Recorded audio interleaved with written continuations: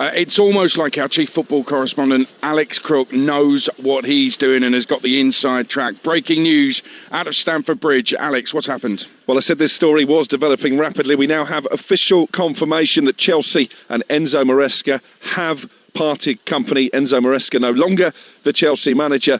In a 3-paragraph statement, Chelsea say during his time at the club, Enzo led the team to success in the Conference League and the FIFA Club World Cup. Those achievements will remain an important part of the club's recent history. We thank him for his contributions to the club, with key objectives still to play for across 4 competitions, including qualification for Champions League football. Enzo and the club believe a change gives the team the best chance of getting the season back on track. We wish Enzo all the best for the future. And just a bit of more information as to why Chelsea have made this decision. We now have confirmation Maresca wasn't unwell when he refused to speak to the media after that 2-2 draw against Bournemouth. The Chelsea hierarchy unhappy with a number of drop points in the Premier League and the Champions League. They fear the team is suffering from a lack of mental fortitude, and they believe that Enzo Maresca may have already held talks with Manchester City about possibly succeeding Pep Guardiola. They also double down, our sources at Chelsea, and say their model will not change. There are less than a handful of names on the list of potential replacements, and Liam Rosenior is indeed on that list. Just a quick name to throw at you. He's doing very well in the Championship this season. Would Frank Lampard be interested in a return to Chelsea? Do you know what? As I was driving here to St Mary's this afternoon, that very thought had crossed my mind. Obviously, he's been there for 2 spells, led them into Champions League, went back and was less successful as a caretaker. I think he would take the job in a heartbeat. I'm not convinced he's necessarily going to be high in their thinking this time around. Interesting. Let's go to Ewood Park. Blackburn Wrexham is our live commentary. It kicks off in less than 10 minutes. Adrian Clark. Stunning news, really. What a New Year's Day for all Chelsea fans. Enzo Maresca has gone, and it actually looks like Liam Rosenior will be the new Chelsea manager. Yet to be confirmed that Liam Rosenior will replace Maresca, but it has now been confirmed Maresca has gone. Adrian Clark, your thoughts? Yeah, remarkable start to 2026, isn't it? Stunning news. I think from a football point of view, it's a little bit harsh. You know, it's not that long ago that they beat Barcelona and they gave Arsenal a real run for their money, didn't they? So, yeah, it's been a disappointing spell for them, but yeah, it can't just be that. It's got to be a personal issue. Maresca, he seems quite a fiery character. Yeah, you've got to get, part of being a manager is that you've got to manage up and you've got to manage down, and you've got to be a bit of a diplomat, haven't you? And clearly he struggled in that department. Yeah, Liam Rosenior, I spoke to him, I interviewed him not that long ago when while he was at Strasbourg, and he's an impressive young man.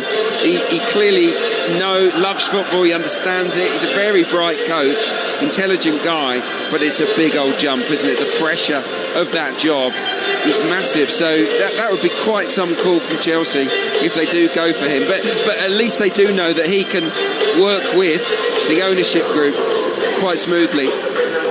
Yeah, and that's what's puzzled me about Maresca. He's taken the Chelsea job, knowing how they operate, knowing how they want to do things, and then he's basically started calling it out, and at the same time making some seemingly crazy substitutions in game as well. So it's a weird one with Maresca. Yeah, look, Leicester fans didn't take to him either, did they? And he got them promoted, so he's a complicated character. He obviously makes some unusual decisions. I know that Chelsea supporters are very divided on him and his decision making. Sometimes you can have too many good players, can't you? And maybe he found it difficult to manage that dressing room full of talented individuals that all wanted to play. So yeah, look, it's a good job for somebody, but it's not the perfect job, is it? Because clearly the ownership group do want to have a say in footballing matters. They won't change their policy of only buying young players. I've got no sympathy on that score. Maresca knew when he walked into Stamford Bridge that he would only be able to recruit young players. So if that's his big beef, then he's got to rise above that and just get on with it. Clearly he hasn't been able to do it. And also silly things like saying Cole Palmer can play 90 minutes and then taking him off after an hour in the next game. I found very, very strange. It's almost like you're winding the fans up. You want them to dislike it. It's a very weird situation there. But Enzo Maresca has gone.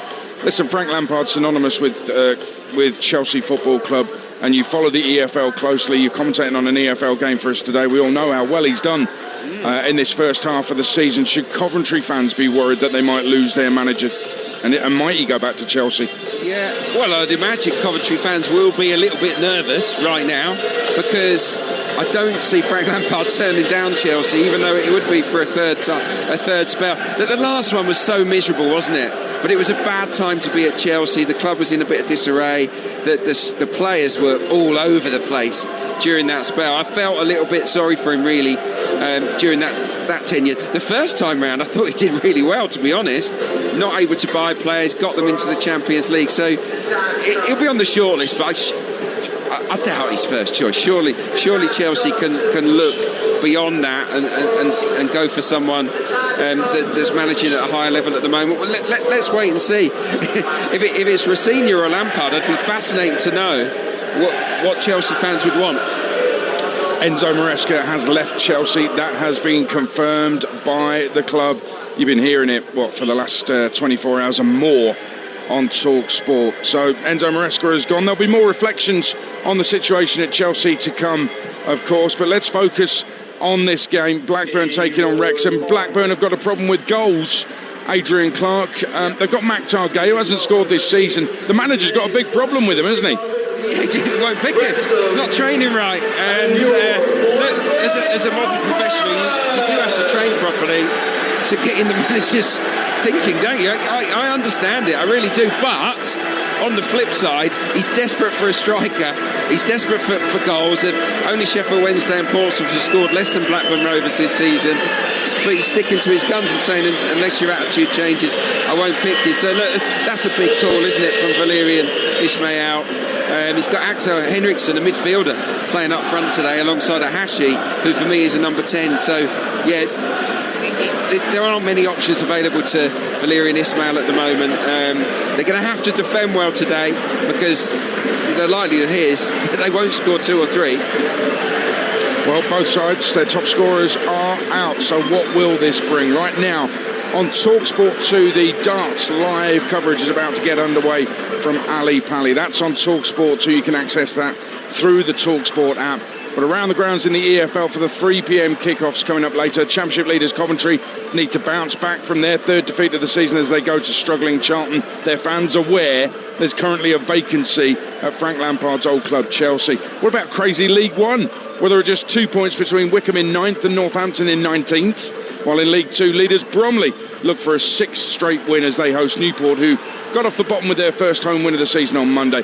Got to start the new year by taking you around the grounds with all the goals as they go in on Talksport this afternoon. That's to come after our first live commentary of the new year. Blackburn against Wrexham in the Championship, with former Arsenal and Stevenage winger Adrian Clark alongside Matt Jones. Thank you, Adrian. Yeah, the new year often brings with it new hope and expectation, and that's certainly the case for Wrexham, who after back-to-back victories over Christmas have their eyes on the Championship playoffs. Wins over Sheffield United and Preston have moved Phil Parkinson's side to 11th in the table, just 4 points off the top 6, as they eye an unprecedented 4th successive promotion.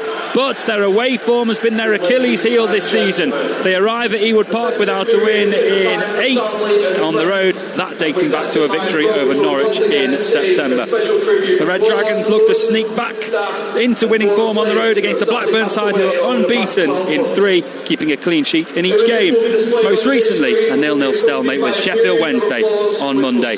As such, Valerian Ismail's side have some breathing space from the relegation zone. But before we get overway here, there will be a minute of applause for all the Blackburn and Wrexham fans who've sadly lost their lives in 2025.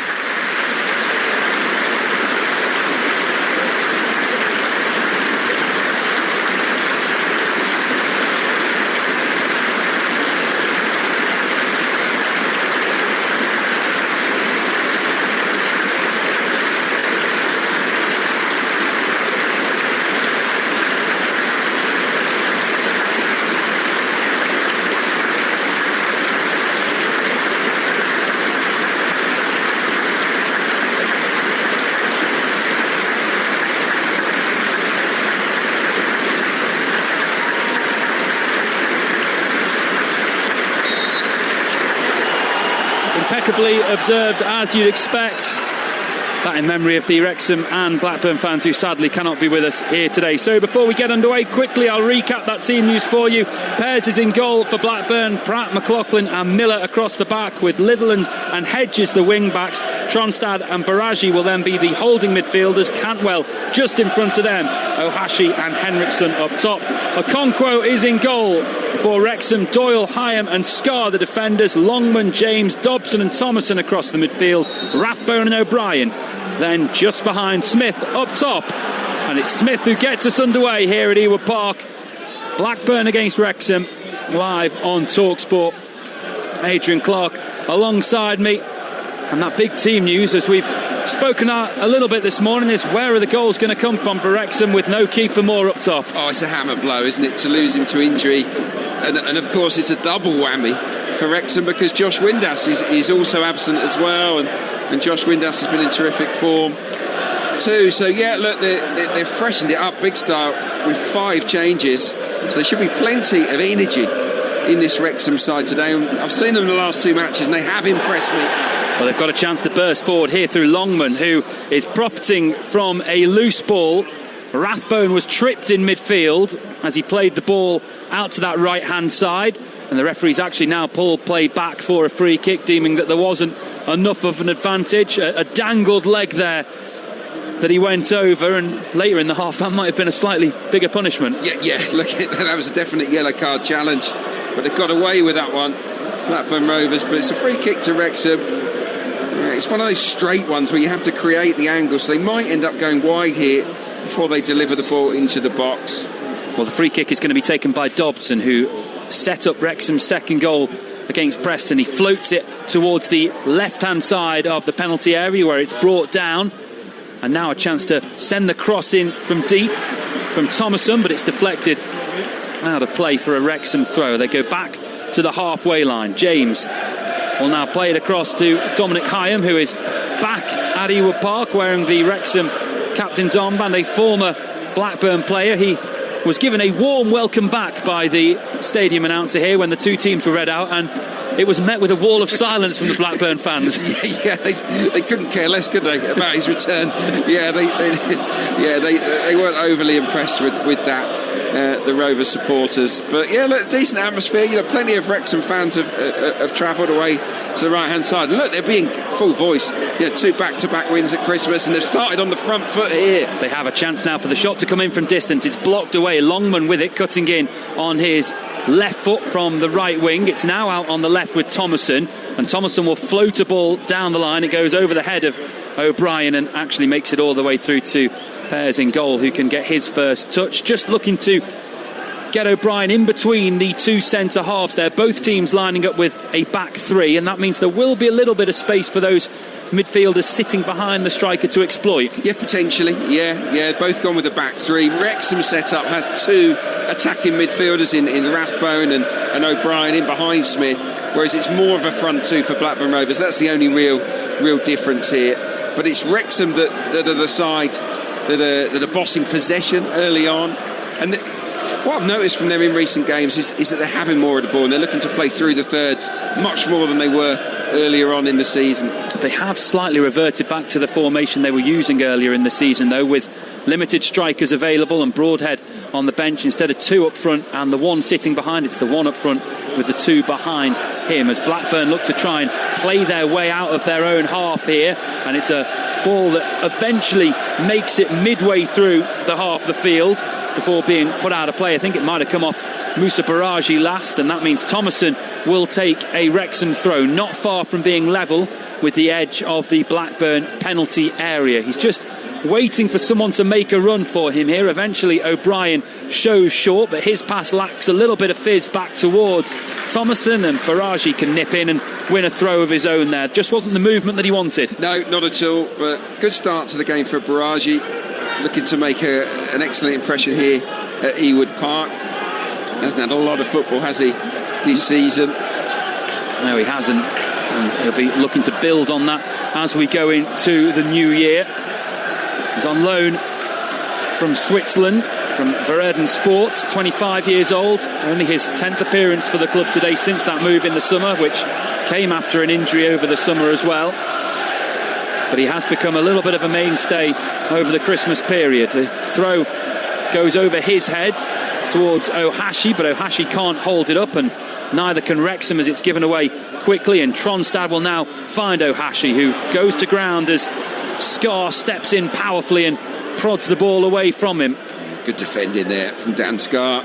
Back in the sides, eager to make an impression. Just too strong, wasn't he, for Ohashi? Ohashi is a neat and tidy, skillful player, but physical strength may be lacking with him. So can he hold the ball for his side today? That's a big question mark for me. Well, there's a bit of space for Wrexham to move in through Dobson, who receives it back but then gives the ball away, and Cantwell can now turn and surge towards the Wrexham goal. He just holds it up and then a clever back heel to release Henriksen. Then it comes to the middle. It's going to go towards Baraji. Over him, and the shot comes in, knocked down onto the left boot by Matty Litherland, and as it dropped he fired it, but fired it about a metre over Arthur Okonkwo's goal. It wasn't a bad effort though, was it, from the academy graduate Matty Litherland? He's come into the side lately for Alabiosu, who has been one of the shining lights for Blackburn Rovers this season, and has impressed at right wing back. Good touch, set himself nicely, didn't he, for the volley. Caught it sweetly enough, but it was always missing that far top corner. 6 minutes gone then. That is the first real chance of the game. It's Blackburn 0, Wrexham 0 on Talksport. If you've missed the big breaking news of the day, Enzo Maresca has left Chelsea. Speculation as to who might replace him. Liam Rosenior being linked with the job. More on Talksport.com.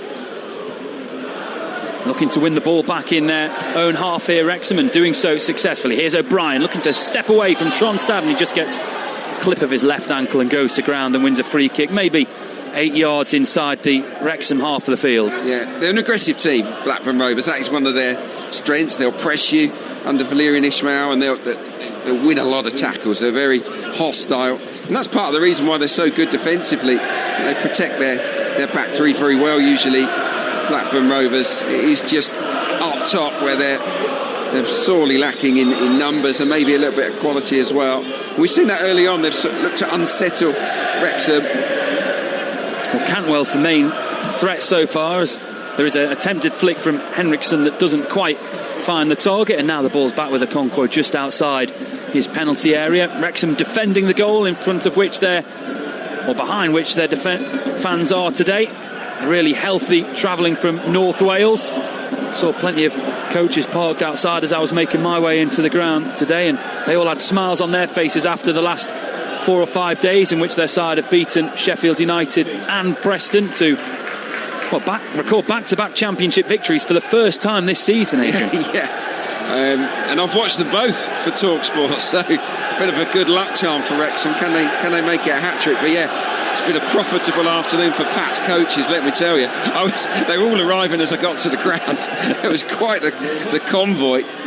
So they've got off to a good start in 2026. They certainly have. Here's a ball down the line from Miller, but he couldn't find Baraji, who then nips back and manages to prod the ball out of play. So it will be a Wrexham throw halfway inside their half of the field on the left-hand side. Baraji's just come out of that tackle a little bit worse for wear, and it might be his left leg that's a little bit of a problem, but he'll be hoping to run that off as the throw comes down the line from Callum Doyle. Smith tries to reach it, but a high boot there goes into the face of Lewis Miller, and the referee obliging with a free kick just inside the Blackburn half of the field, which Miller takes quickly and goes back to Sean McLaughlin. Now across to George Pratt, one of the several youngsters in this Blackburn squad, and he floats a long ball well over the head of Yuki Ohashi and through to Okonkwo, in goal it goes. Yeah, I think both teams are going to have to play through the lines a bit more than we've seen so far.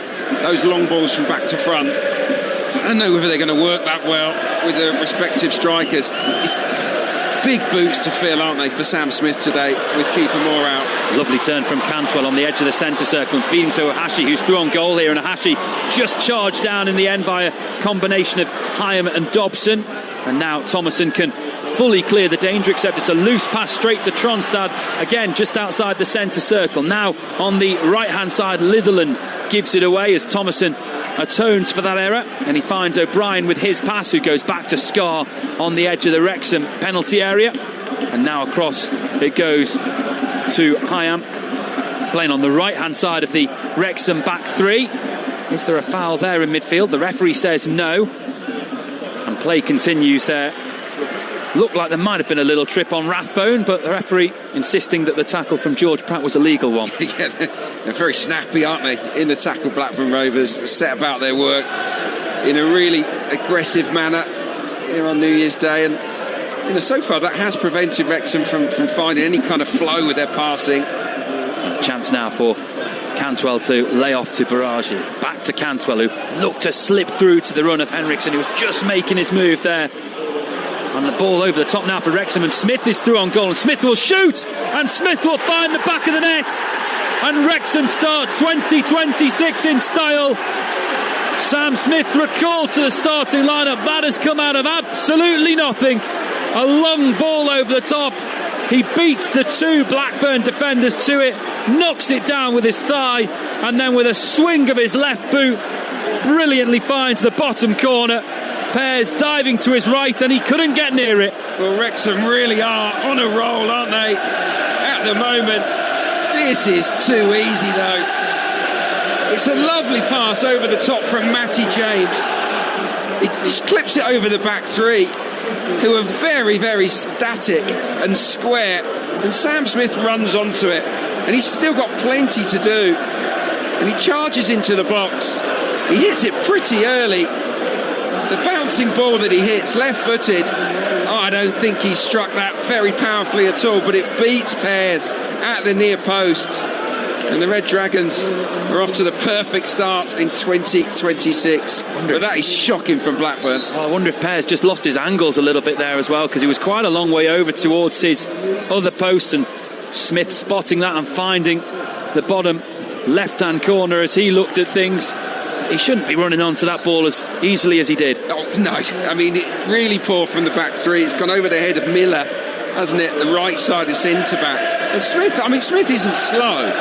You wouldn't describe Sam Smith as electric in terms of pace, but he looked it there, didn't he? He absolutely blew away from that back three. But even so, I think Pears has got to do a lot better there. I think I might have been able to save that one.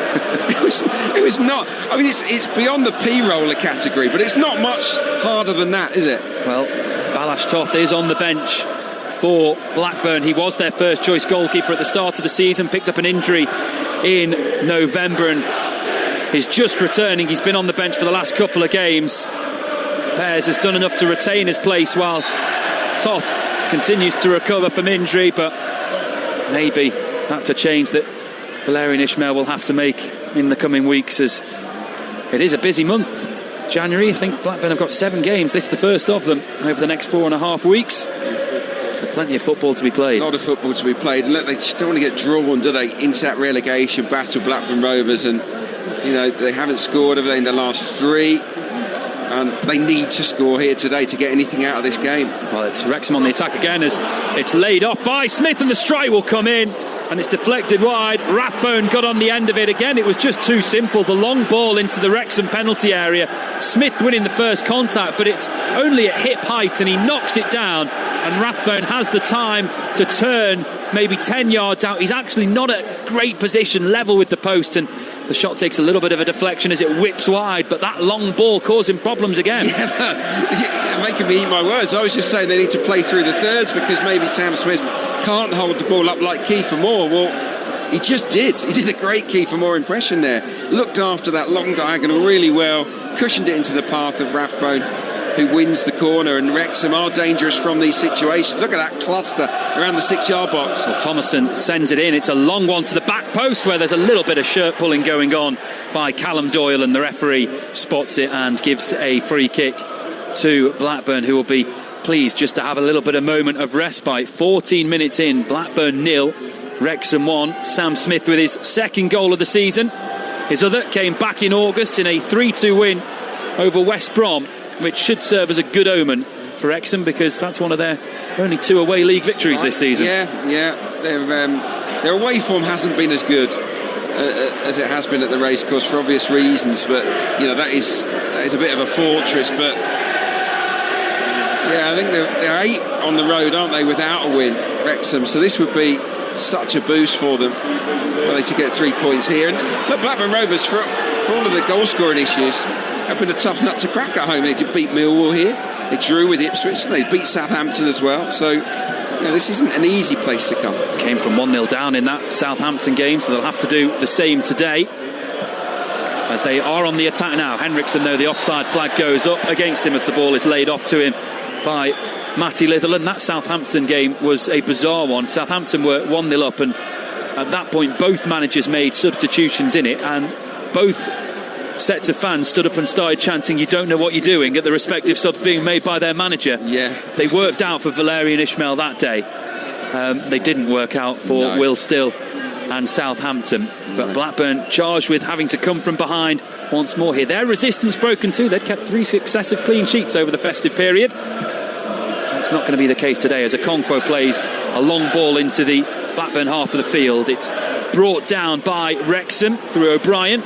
Dobson then trying to prod it back to Scar, but Ohashi was in the way. Baraji is still down, feeling the effects of that tackle a few seconds ago, as he now does get back to his feet as Tronstad loops a ball out to the left-hand side that had no particular target, and eventually it goes out of play from a Wrexham boot last of all.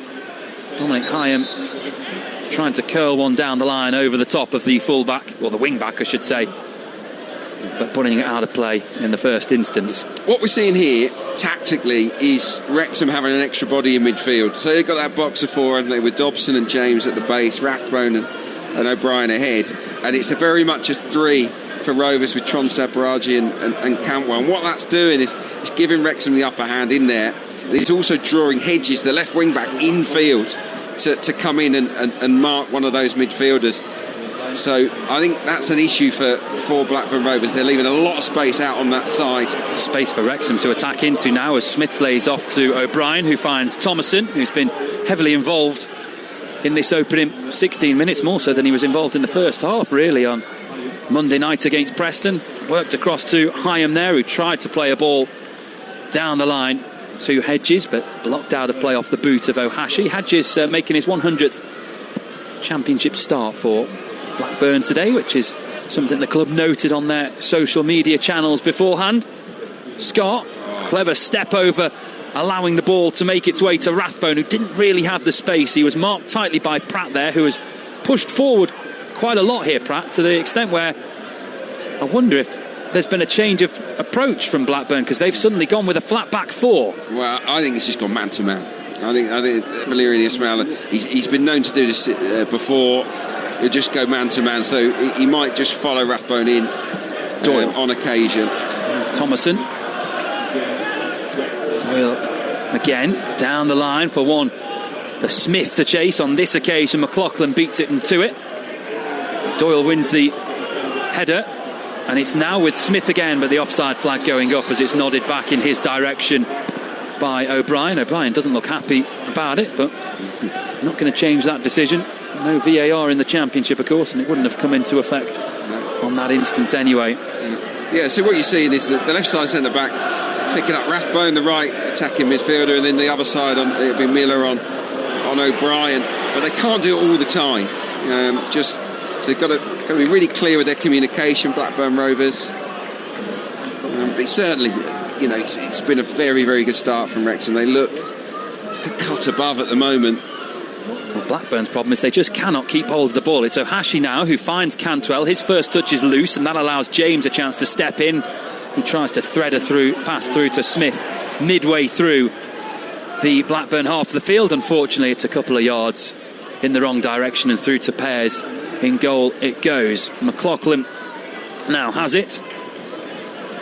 The Irishman finding Cantwell, who's dropped deep, and that's a sign of how frustrated Cantwell is in that he can't get on the ball in the areas that he wants. And Cantwell is still on the left wing, 10 yards inside the Blackburn half as he gets the ball now. Back to Pears in the D it goes. There's no one in midfield, is there?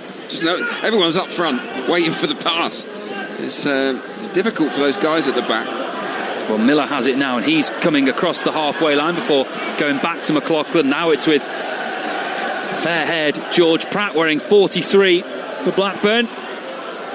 Made his debut in a 2-1 win over Preston in November and has been a mainstay of the side ever since. The 22-year-old.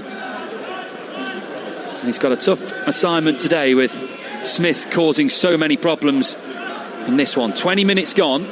Blackburn 0, Wrexham 1. A reminder to head to Talksport.com for all the reaction to the big news of the day.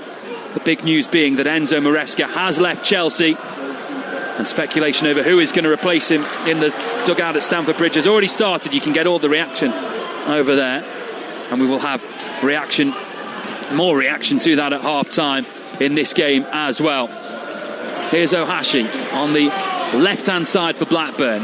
Back to Cantwell he goes, now with Tronstad, and you can perhaps hear the frustration from some of the fans here at Blackburn, the way they are moving the ball from left to right without any real emphasis. Yeah, it's side-to-side football. It's the sort of arc of doom where you go side to side without really making that penetrating pass. You've got three players right in the middle of the pitch just standing there waiting for a pass and never getting it. Well, Cantwell's given the ball away here. He thinks he was fouled, but Rathbone can surge forward. Now it's with Longman, who will send it in towards the back post. Smith is waiting, and he can only find the side netting. But again, that Blackburn defence cut open at ease. Cantwell thought he was fouled just inside the Wrexham half of the field. He stayed on the ground looking at the referee. Wrexham continued, and within 3 or 4 touches the ball was at the back post for Smith. Oh, that's top class, isn't it, from Wrexham? It wasn't a foul. It's a good turnover, and Rathbone surged forward, didn't he? They couldn't live with him. Slips it wide to Longman, and I'll tell you what, the ball in from the wing back is fantastic. He fizzes it across the face of goal, but it is a difficult finish. He has to make up a lot of ground, Smith, to get there. The angle's tight, and the shot goes into the side netting. But that is how you play on the transition from Wrexham. Yeah, they're really impressing me in the opening stages here. Well, they've certainly had the upper hand for the first quarter of this match. A free kick given away by the Litherland on Thomason, and Wrexham work the ball back to Okonkwo in his 18-yard box. He sends it long towards Smith. Smith in a battle with McLaughlin, who wins it on this occasion. Now Cantwell with a ball over the top for Baraji to chase onto, but there was just a little bit too much on it, and that allowed Callum Doyle to get there first. And now it's looped out of play by Miller. We've talked about the changes up front for Wrexham, and they haven't impacted them whatsoever. There's also a big change which has kind of gone unnoticed at the back, in that Dan Scarr has slotted seamlessly into the heart of the back three. Cleworth is on the bench today. He had not missed a minute of Championship football before today. Yeah, it's an unusual one, isn't it? Because you don't really want to be rotating too many players at the back. It's all about chemistry, isn't it? But he's come in and he looks very at ease, doesn't he, Scarr? So, yeah, real confidence, I think, from Phil Parkinson ahead of kick-off by making those 5 changes. 2 were enforced. So you might have expected him to just limit it to that, but no, he's gone all out there with the freshen up, and those fringe players are responding really well here. They are indeed, as Blackburn make it over the halfway line. It's another little flick from Henriksen, but Baraji was nowhere near that one. He would have had to have been Usain Bolt to get on the end of it, and the Wrexham defence get in there and clear first. But on this occasion, their long ball forward is a pretty aimless one. Tronstad now has it. Flicked round the corner by Cantwell to Miller.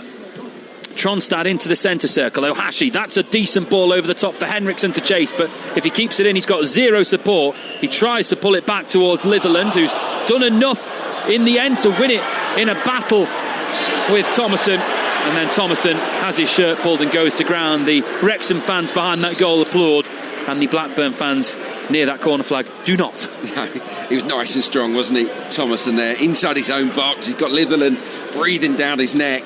He's not where he wants to be, but he just gets his body between the player and the ball, and he draws the foul in the end. Thomason was pretty quiet last time out against Preston, but I tell you what, against Sheffield United on Boxing Day, he was brilliant, flying up and down the wing. He set up a couple of goals, the former Bolton player. He can play in midfield as well. He's a very versatile footballer. A little bit of a delay here because Longman's just had a little bit of time on the ground, and the referee went over to him to see if he needed treatment.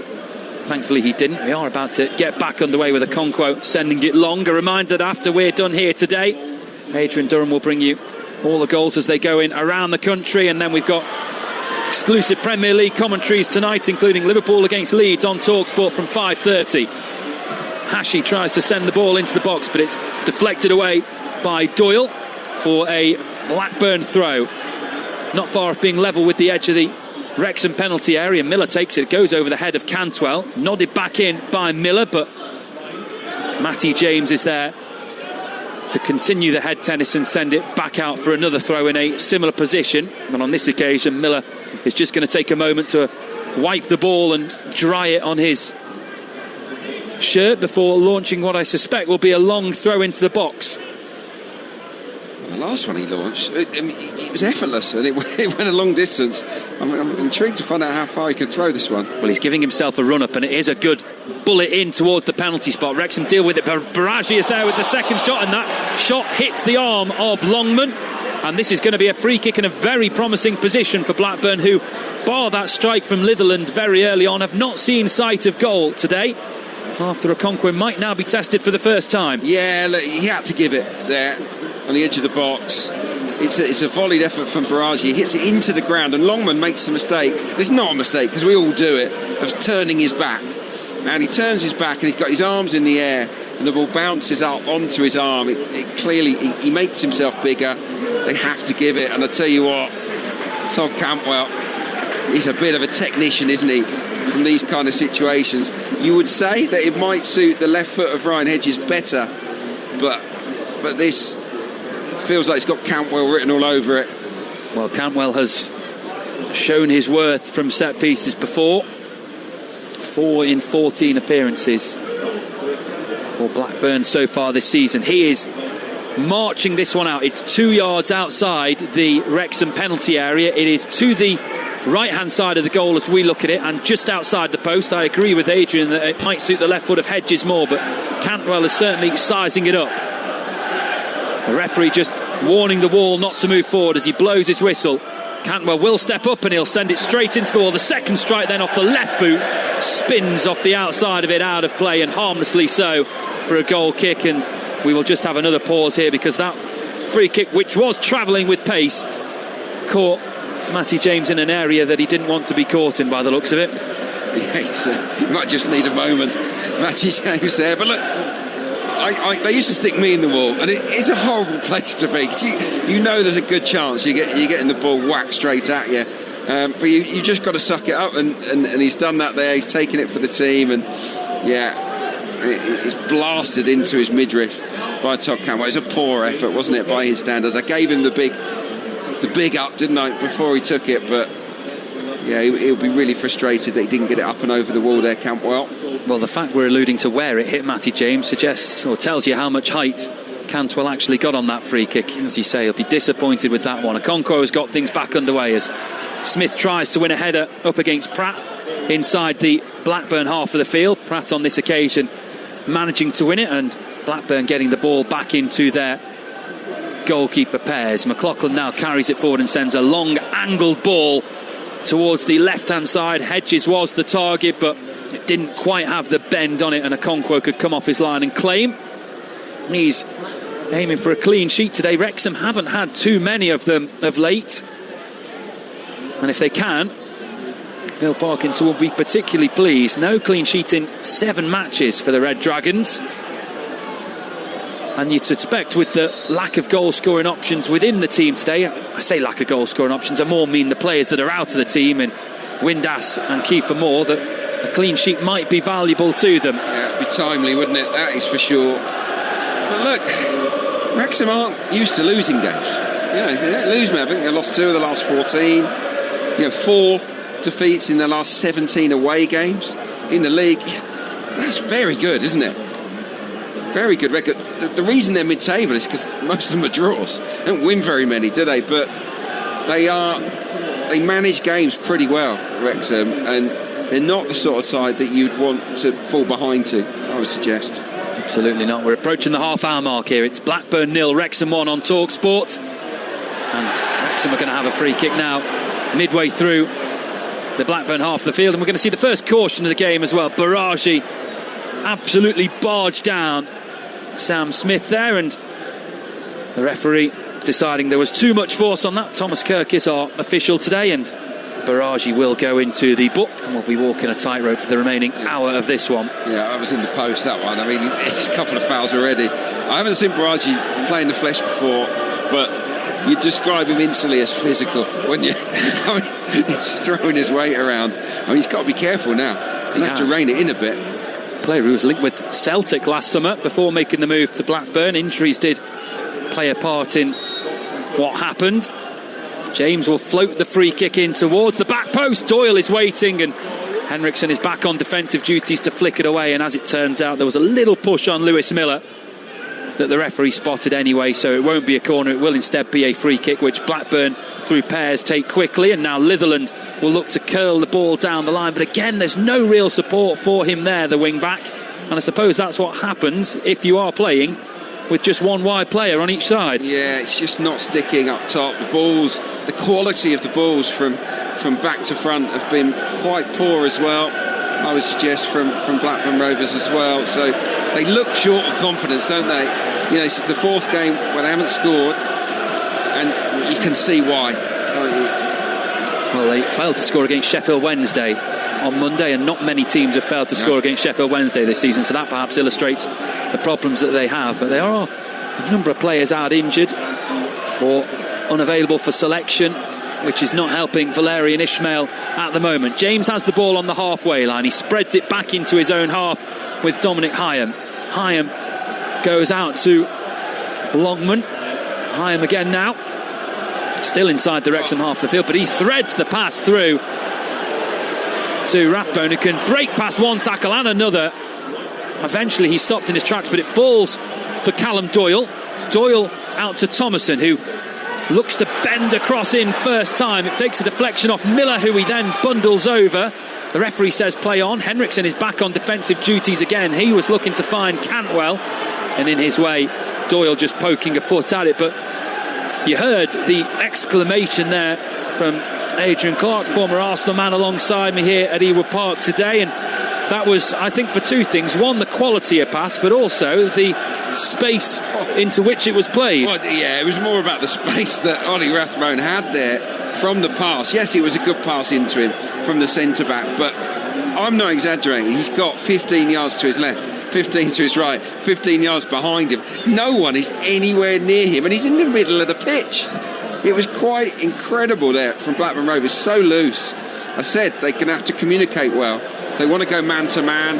They're going to, try and cope with this extra body in Wrexham's midfield. They've got to change things up, and clearly there's no communication whatsoever there. Yeah, they're not getting a foothold in this game whatsoever so far. 32 minutes gone. It's Blackburn 0, Wrexham 1. A reminder that Enzo Maresca's Chelsea departure has been confirmed today. We've got reaction to that over on Talksport.com, and we will have more reaction to it at half-time in this game and throughout the day on the Talksport network. Wrexham looking to play their way out from the back. James has it. He'll look for that angle pass over the top. Thomason's the target this time, and it goes over the head of the diminutive Litherland, and Thomason can bring it down. Now it's back with Thomason on the left, level with the edge of the 18-yard box. Down the line to Doyle he goes. Doyle has got two marking him, and he gets a little clip on his ankle from Miller. The referee giving a free kick. Miller is absolutely certain that he did nothing wrong there, but it did look like a little trip to me. It's a definite trip. I mean, he's continuing to protest, but it was a definite foul right by the corner flag. He's probably a bit embarrassed that he's made that challenge. Again, it was Rathbone though, wasn't it? Sort of scurrying around in those pockets between the lines, linking play. He's really catching the eye on his return to the starting 11. And look, Wrexham have got that big cluster again, haven't they, on the edge of the 6-yard box. A few big guys have come up for this. Yeah, Rathbone making his first league start of the season today after an injury layoff. He scored on Monday against Preston. As James floats that free kick into the box, and it is flicked out of play by Henriksen, I think, for a Wrexham corner on their right-hand side, which it looks like Thomason is going to trot off to take. Rathbone is a very popular player at the racecourse ground. When he came on and when he scored on Monday night, they were chanting his name. They're delighted to see him back, and he does add an extra dimension to this Wrexham side, especially with no more Windass or Broadhead in the starting 11 today.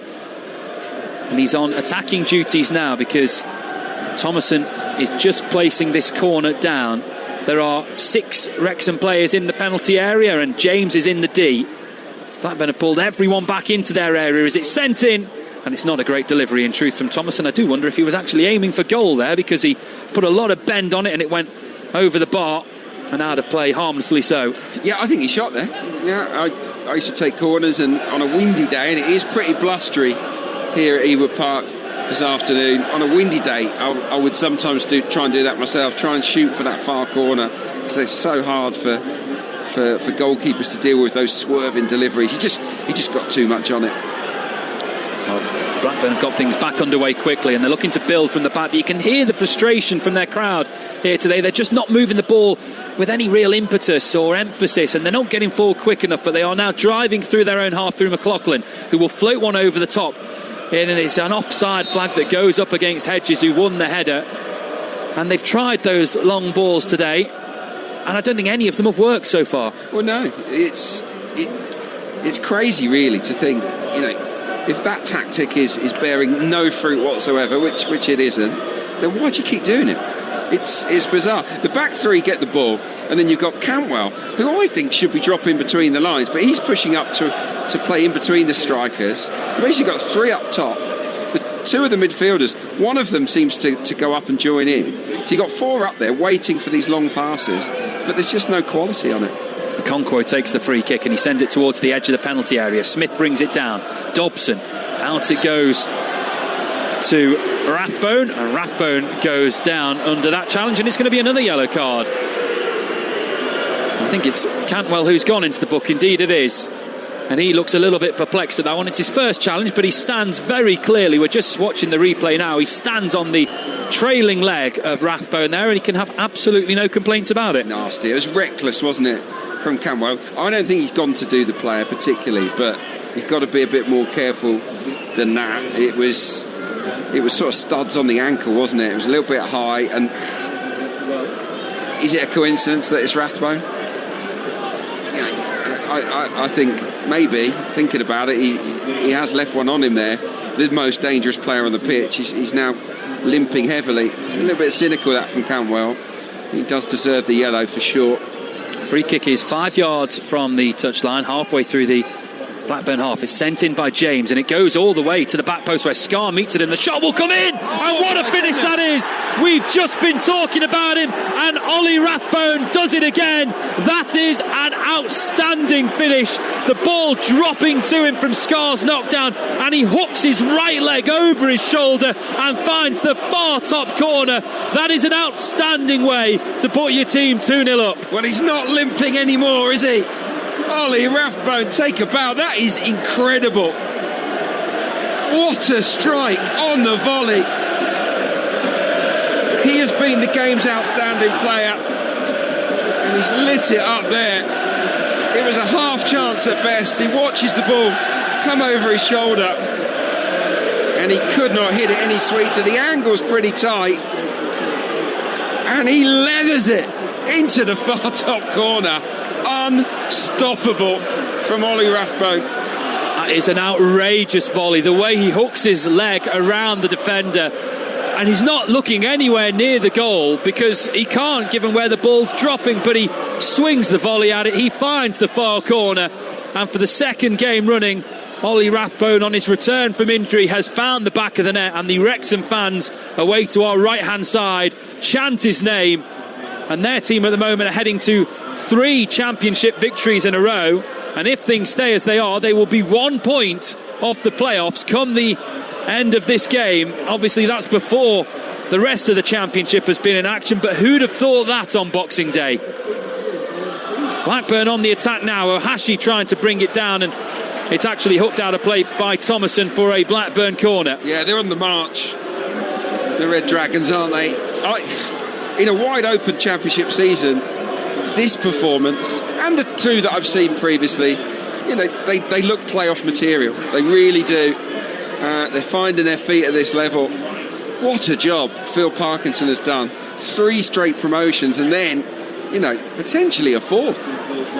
Corner comes in from Hedges. It's towards the near post, and it's going to come to the back post where the strike comes in from Stronstad, and I think that might have hit the face of the Wrexham defender who's still on the ground. It's nodded back in by Hedges, and Okonkwo can claim in his 6-yard box, and the referee will now halt proceedings so treatment can be given. That was travelling from Stronstad.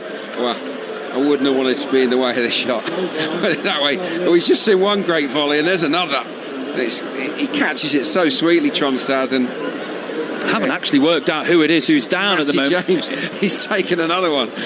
Got his back to us. Yeah. Inside, it's Sam Smith who's just getting back to his feet. Oh, I thought it was Matt James. So Sam Smith, yeah. But look, it's a great block, isn't it? Because it's heading in. Body on the line. Yeah, absolutely. So, well played. But what a moment that was. And that is how you get your own back for a nasty foul.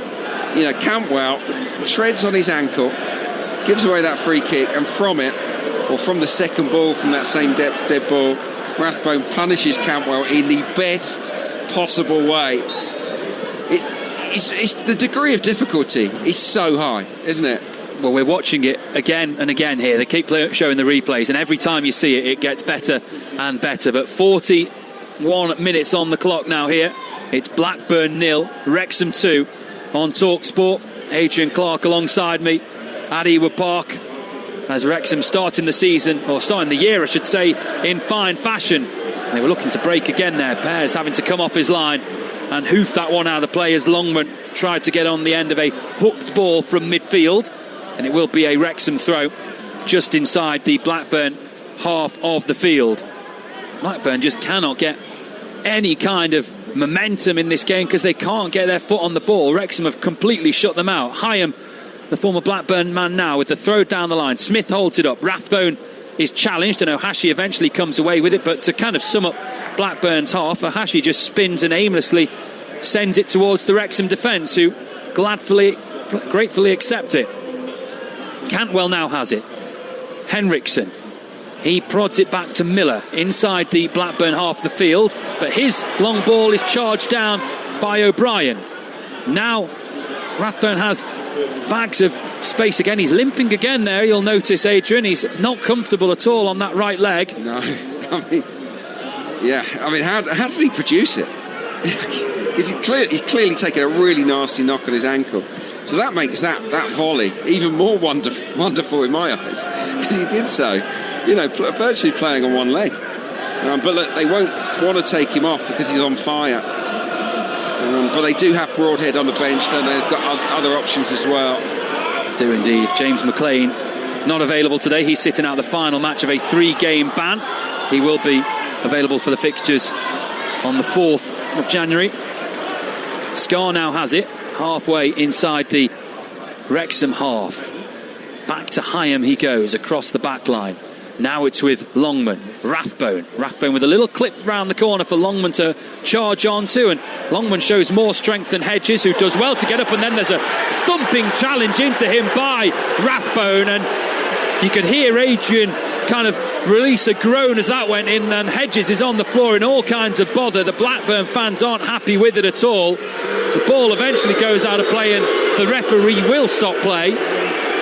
Rathbone jumped into that with plenty of menace. Well, what a half he's having. Again, he was limping a minute ago, and then he launched himself into some 50-50. It's a proper cruncher. Just going to look at it again on the monitor now. Well, Hedges is on the ground, isn't he? And then his trailing leg gets caught. And for my money, I'm not sure Rathbone got much of the ball. It's difficult to tell.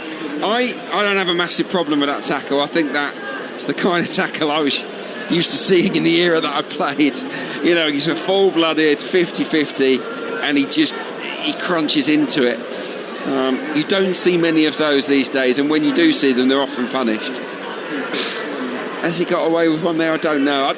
I think he got enough of the ball, personally. There's one angle where it looks like he gets a fair chunk of it, and there's another where it looks like he gets very little of it. So you can let the officials off in that kind of instance. I think so. But it was one of those where if he doesn't get the ball, or he really goes through the player, or if he gets the ball cleanly, he whacks it 50 yards. That's how fiercely he went into that 50-50. He's been a name on our lips from start to almost finish of this half as we sort of tick into the 45th minute here. Ollie Rathbone has been at the heart of everything, hasn't he?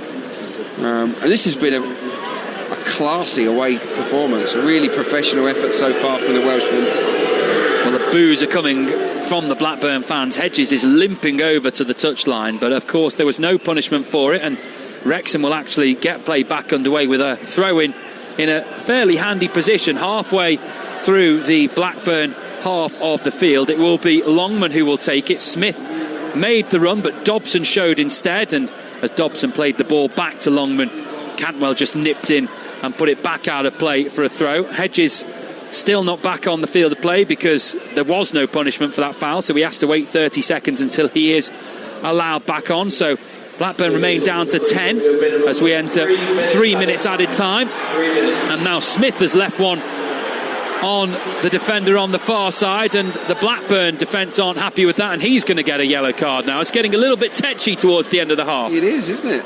Yeah. Smith couldn't sort of quite get hold of the ball. He was battling away, and then it's McLaughlin, and McLaughlin's shepherding the ball out of play, Smith just whacks him in the leg, really. He's not making much of an attempt to play the ball.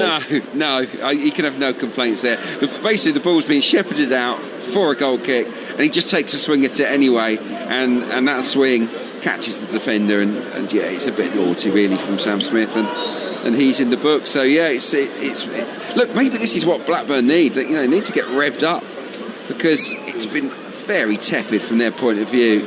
They have offered very little, I would suggest, in this first half. No big chances at all they've created. In terms of creativity, it's been pretty abysmal, hasn't it, from the home team? It hasn't worked for them so far. They've had 2 shots. One of them was that half volley or drop-in volley from Litherland that went over, and the other was the free kick from Cantwell, which went halfway up the wall. They have a throw now, though, over on the far side as we look at things. So the Blackburn left, and they're lining up for the long one again. In it comes towards McLaughlin. Scar climbs high and wins it. Blackburn try and rescue it back on the edge of the penalty area, which they do through Tronstad, but Wrexham swarm all around him. Now Barraghi wins it back. He lays off to Henriksen. Henriksen attempts to clip it into the middle, but again Thomason is there to block his path. Henriksen gets it back, though. Goes over the head of Hashi. The shot on the second instance from McLaughlin is blocked away. Now Pratt has it on the edge of the area, but Wrexham again, 2 swarm around him, and if they could have got the ball down the line to O'Brien there, Wrexham would have been in on goal, but Blackburn do enough to defend the situation. They might in fact have given a free kick away, and it's been a stop-start injury time. I think we're going to be playing over the initial 3 added minutes. Some proper tackles going in down there.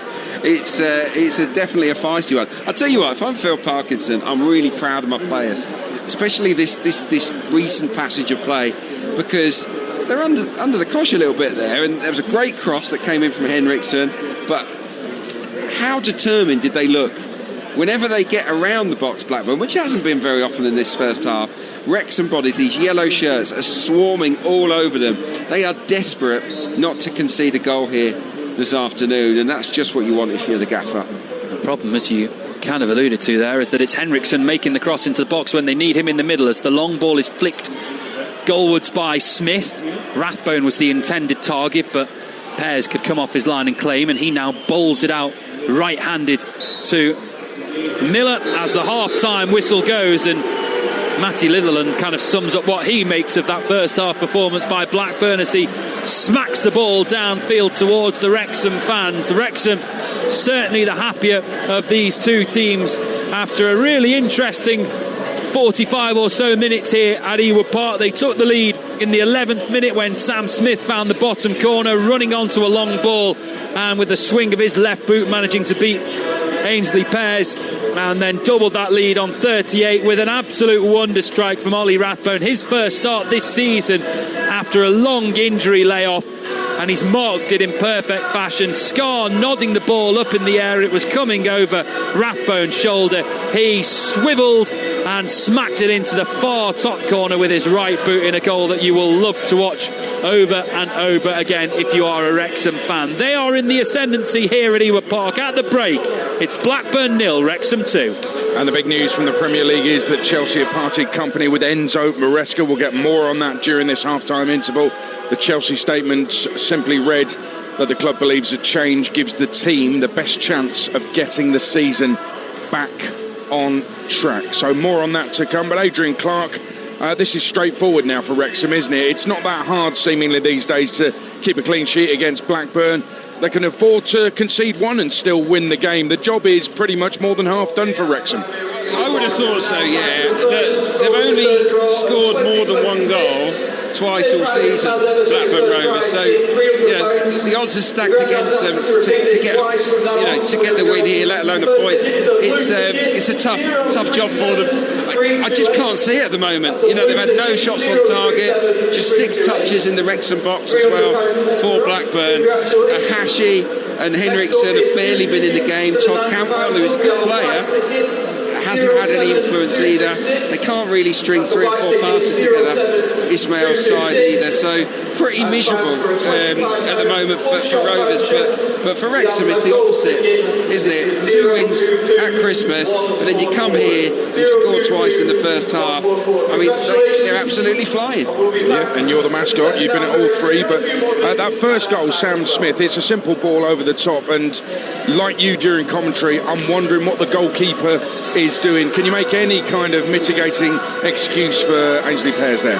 No, honestly, I genuinely think I might have been able to save it. It just wasn't struck hard at all, was it? It was a real bobbler, and he shouldn't really have left a gap at the near post. I mean, the defending is terrible because it's a straight ball over the top from Matty James. Okay, you can give him credit for the weight of the pass, but I don't know what Miller's doing. I don't know where McLaughlin is. He's not there on the cover. And Sam Smith races through, but he takes it. What does he take it? About 15 yards out, quite early maybe. Maybe that's what's caught the goalie out. But he's bobbled it into the near post. Yeah, I think if you're Pears, if you're a professional goalkeeper, you're not happy with that concession. And just a quick one on the Rathbone volley. I mean, it's such a great goal. You described it perfectly in commentary, but I love the way he just watches the ball fall out of the sky, knowing he's going to make that sweet contact. Yeah, it was as if everything stopped and it went in slow motion. In his mind, he had his eye on the ball and it looped over the defender. And, defender's right next to him, and he has to really hook it. He had to hook his leg around the defender to get onto the ball. And just the control on the volley, but also the sweetness of the strike. It was beautiful to watch. It was an absolutely gorgeous volley. One of the best I've seen this season for sure. And he's just angled it into the far corner. A real top-class moment from Rathbone. And he's been head and shoulders the best player on the pitch, with and without the ball. Outstanding. Could have been sent off. We'll talk about that a little bit later on. But Wrexham in control at half-time. Blackburn 0, Wrexham 2. As it stands, they're going a point off the playoffs on this busy New Year's Day in the EFL. We're around the grounds with all the goals as they go in for all of the 3 o'clock kickoffs. I'm Adrian Durham at St Mary's, where it's Southampton against Millwall this afternoon. Millwall chasing the playoffs. Got back into the playoff zone after the last round of games. We've got darts on Talksport 2 right now. Let's catch up with what's happening at Ali Pally. Mark Wilson. Ryan Searle in control of his quarter-final against Johnny Clayton, leads by 3-0. Searle's been in blinding form. He's won all 17 of the sets that he's played so far. Remarkable record, and his finishing has been bang on point as well, barely missing a double. Clayton scored well, but he's having troubles on the doubles. Winner of this one will take on the world champion Luke Littler or Krzysztof Ratajski. They play tonight. Also to come this afternoon, Gary Anderson, 2-time former champion, takes on Justin Hood, the debutant, who's made it through to the quarter-finals. But Searle en route to his first ever semi-final. In a race to 5, he leads Johnny Clayton by 3-0. It's Game Day live on Talksport with Enterprise Rent-A-Car. Whatever it is, they're here for it. We'll talk more about Maresca leaving Chelsea. It's official. It's confirmed by the club. Enzo Maresca no longer the manager of Chelsea Football Club, and a former Chelsea man, now a Chelsea fan. Talksport's finest, Jason Cundy, gives us his views next. Hawksby and Baker on Talksport with Toolstation. Proudly behind the trades that work so hard for the nation. Next stop, Toolstation. This Saturday, Talksport gears up to bring you another blistering Saturday afternoon Premier League experience. Brilliantly done! Fantastic goal! And Betfair is here with all the latest odds and form. Blast it into the back of the net. Absolutely incredible! Get all the fever pitch build-up and exclusive live commentary. Talksport will be there This Saturday on Game Day Live on Talksport with Betfair, the official betting partner of Talksport's Premier League coverage. 18 plus gambleaware.org. Hi, just leaving work now. Sorry it's a bit loud. Basically, so I was thinking we could get Mackey's tonight. Had a Big Mac on my mind all day, and delivery fee on the app is now from 99p. So, you in? Of course you are. Love you. Bye. Exclusively on the McDonald's app. 18 plus. Service fee and small order fee may apply. Participating restaurants. Serving times and T's and C's apply. Get that Euro Millions feeling this Friday. 10 UK winners are guaranteed to be millionaires. That's 10 more reasons to celebrate. Not a bad way to start the new year. Euro Millions from the National Lottery. Play on app. Account terms, rules and procedures apply. Players must be 18 or over. The Hilton sale is now on, and thankfully it doesn't sound like this. Instead, our sale sounds a bit more like this. Welcome back. With a warm welcome, spacious rooms, central locations, and up to 20% off your stay. You can swap chaos for comfort this winter. Book now at Hilton.com. Hilton, for the stay. Offer subject to availability across participating hotels. Terms and conditions apply. It's a new season. The fans are back, and so is Coral's free reward shaker with bigger football rewards. The half and half scarfers shaking decisively for once. They backed a super boost. Next to them, the prawn sandwich brigade. Oh, they've shaken up a free bet after that free lunch. Play Coral's free reward shaker to win bigger guaranteed daily rewards and offers this season. Coral, we're here for it. 18 plus UK. Max one reward or offer per player per day. 8 a.m. to 8 p.m. Reward restrictions and T's and C's apply. Gambleaware.com. Apocalyptic football intelligence. Game Day Live. Talksport. Happy New Year. It's 2026 and Talksport taking you around the grounds this afternoon. All the goals as they go in on a busy day in the EFL. Before that, we'll have the second half commentary of Blackburn 0, Wrexham 2 in the Championship. Before that, let's talk about Chelsea, because already in 2026 there's been some big Premier League news, and it is that the Chelsea head coach Enzo Maresca has left the football club. Let's bring in Jason Cundy, a former Chelsea player, Sports Bar King, is with us on the show. Jason, your immediate reaction to the news that Enzo's gone? Ada, Happy New Year to you, matey. Day one of 2026 and already Chelsea are making waves. The managerial change. Look, this has been going on probably for like the last 4 weeks, maybe. We had a brilliant November. He won Manager of the Month, by the way, in November. And we had a terrible start, Leeds away. And that performance and that team selection, there were question marks about that. Then the Bournemouth game. And then you're looking at what happened after Everton, where we were desperate for a win. And he came out and made that statement. And I wasn't actually in the press room when that statement was made, but my phone was alive with journos saying to me, "What do you know what he means? What's he talking about?" And from that moment on, it did feel that he was swimming against the tide. He's obviously had a fallout with the hierarchy at the football club. Clearly, that is something that, as a manager, you can't do, because it's only going to end one way. And the performances and results, Ada, in December have been disastrous. There's no other way for it. Over the course of the season, Aid, we have taken, out of the 19 games, we've taken the lead in 14 of those, okay? In that time, we have dropped 15 points. We have taken the lead in every single home game, except for Crystal Palace in the first game of the season. And out of those 15 points we've dropped from leading positions, 13 of those have been at home. That's quite damning.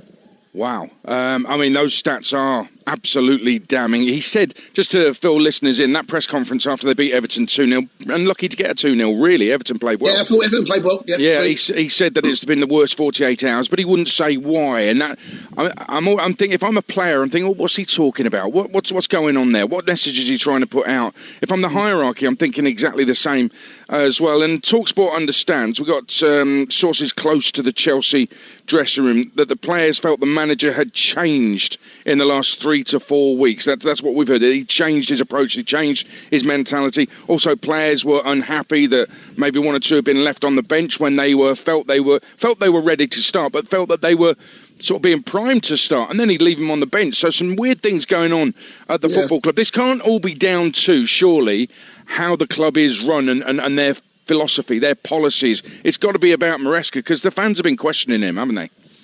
Yeah, the fans are. It was really split. A couple of weeks ago, most of the fans that I spoke to, it's quite a 50-50. That has shifted. That really has in the last 2 or 3 weeks, Ada.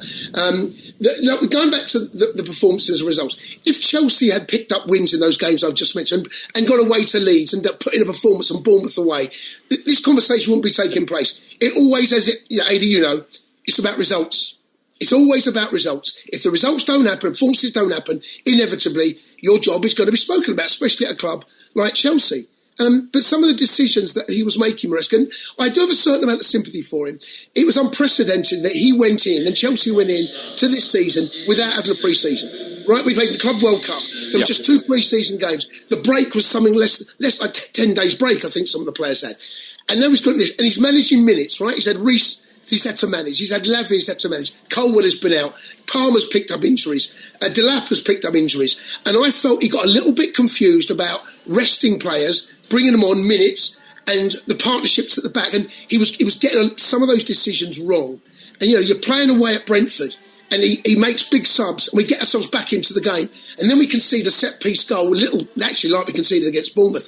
And there was those moments in games where he let things slip.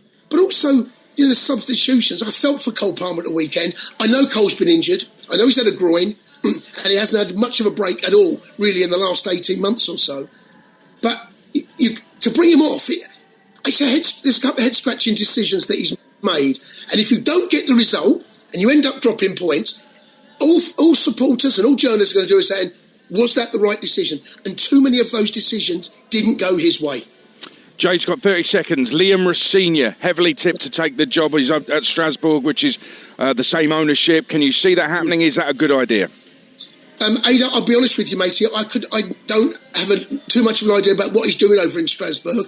If you ask me right now, Glasner feels as good as anything out there, right here, right now. I know that he hasn't signed a contract. He has his own issues going on, whether it's at Crystal Palace. But me personally, he knows the Premier League. We know how good a manager he can be. He has done wonders at Crystal Palace. For me, that would be where I'd be looking right now. Jason, you're back tonight after the Liverpool-Leeds game, aren't you? I am indeed, buddy. I will maybe speak to you later on, but myself and JP taking calls from 10.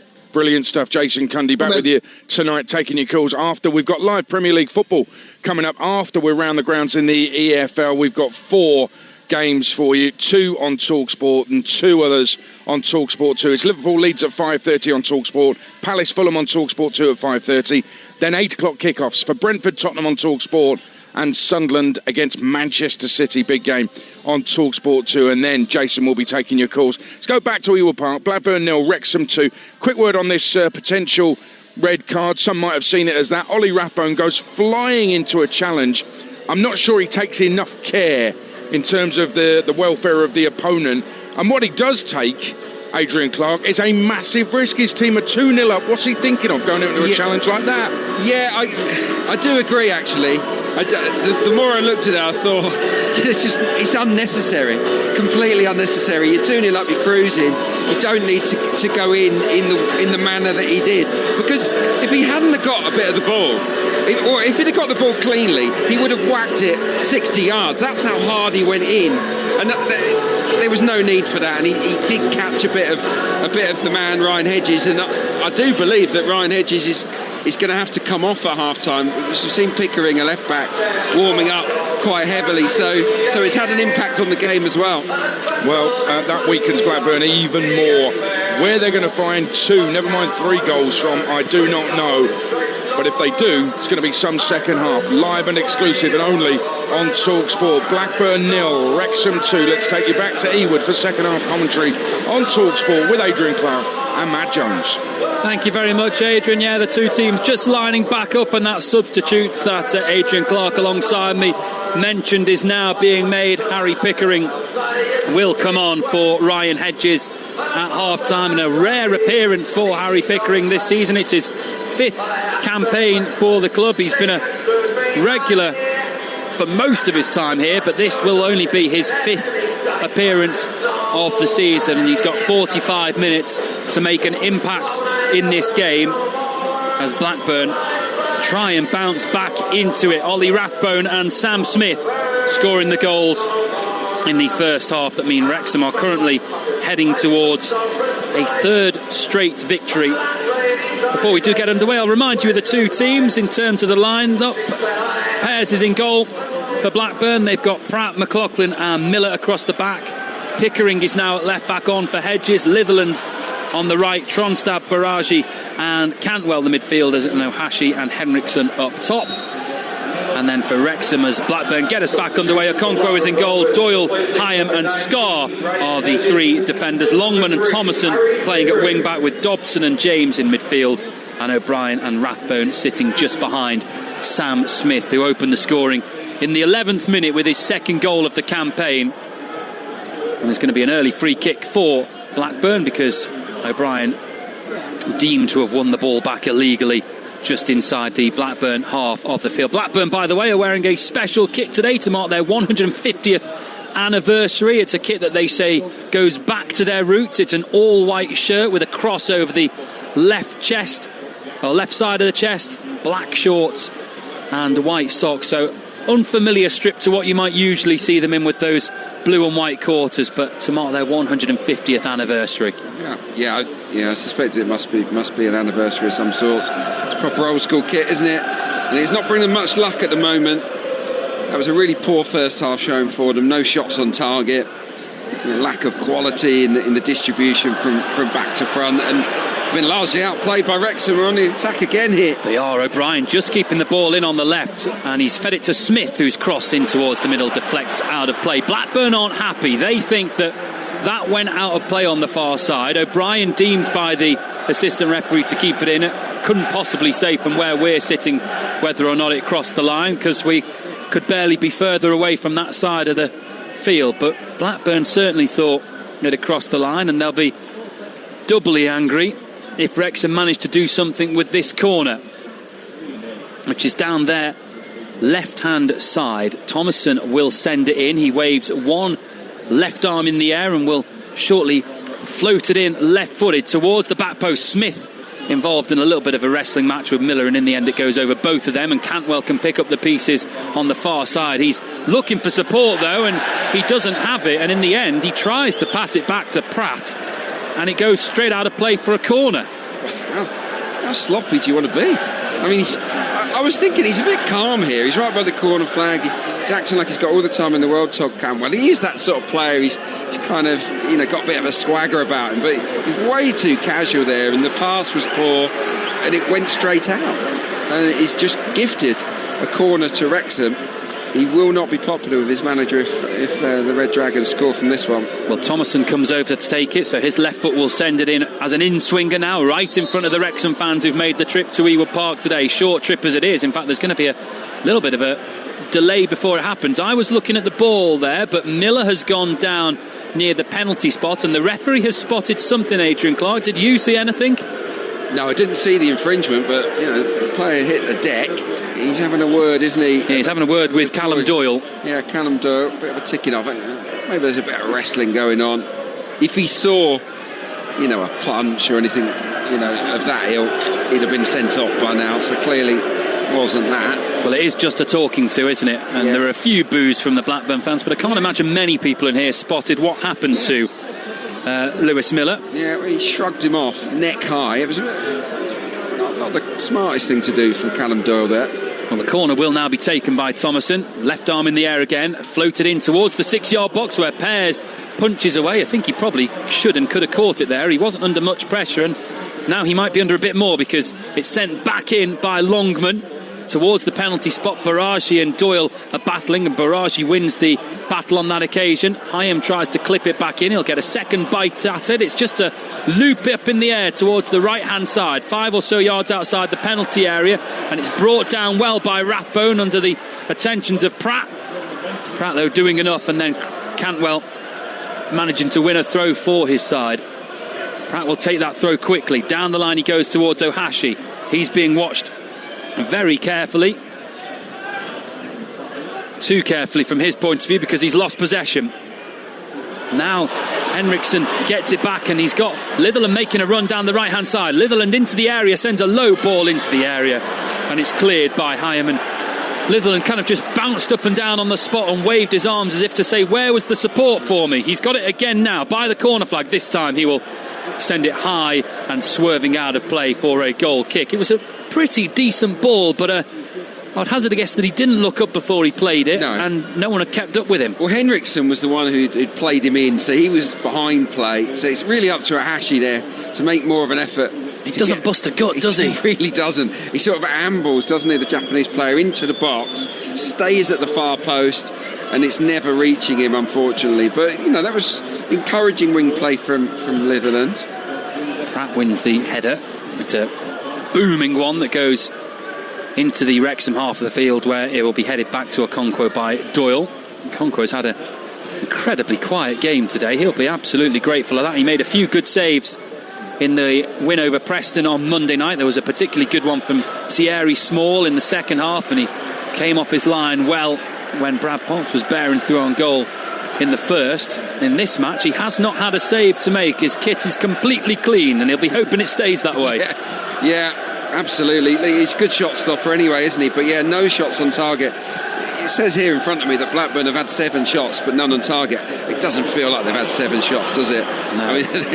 I mean, it's been pretty limp, I would suggest, from an attacking perspective in this game. The problem Valerian Ismail's got is that there's not a lot on the bench either, is there? Certainly not much experience. No, Dion Deneva may be the only player they could bring on in an attacking sense, as Baragi tried to find Cantwell, and Cantwell was on his heels, and then Smith was looking to run onto a long ball that was played quickly into the Blackburn half. It was over the top of McLaughlin, and Smith adjudged to have wrestled the Blackburn number 15 to the ground illegally by the referee, so Blackburn have a free kick. I do think it's been a slightly brighter start to the half from Blackburn than what we saw before the break, but it's still been pretty untidy as Dobson smacks the ball down the line and it clatters into the shins of Cantwell and goes out of play for another throw. 6.5 minutes gone in this second half, and it is still Blackburn 0, Wrexham 2.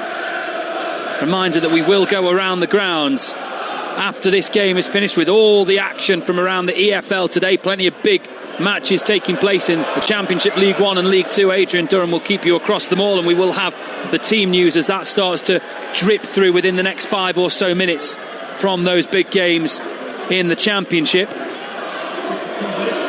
But for the moment, it's Wrexham who are doing the business and moving within 1 point of the playoff positions here at Ewood Park. And they've got a throw which will be taken by Hyam. He sends it towards the halfway line. Smith and Pratt challenging for it, and it comes off Pratt last of all and will be another Wrexham throw, maybe 5 yards from the halfway line. Pratt has grown into this game, I'd say. He struggled a little bit in the opening 10 or so minutes to deal with the physicality of Smith, but he's still a very young player, George Pratt. As I say, this is only, I think, his 9th appearance for the club, and he's learning quickly. Yeah, he is, and it's been a tough game for him because obviously Rathbone has been playing on his side as well, so he's had plenty of work to do in this match, Pratt.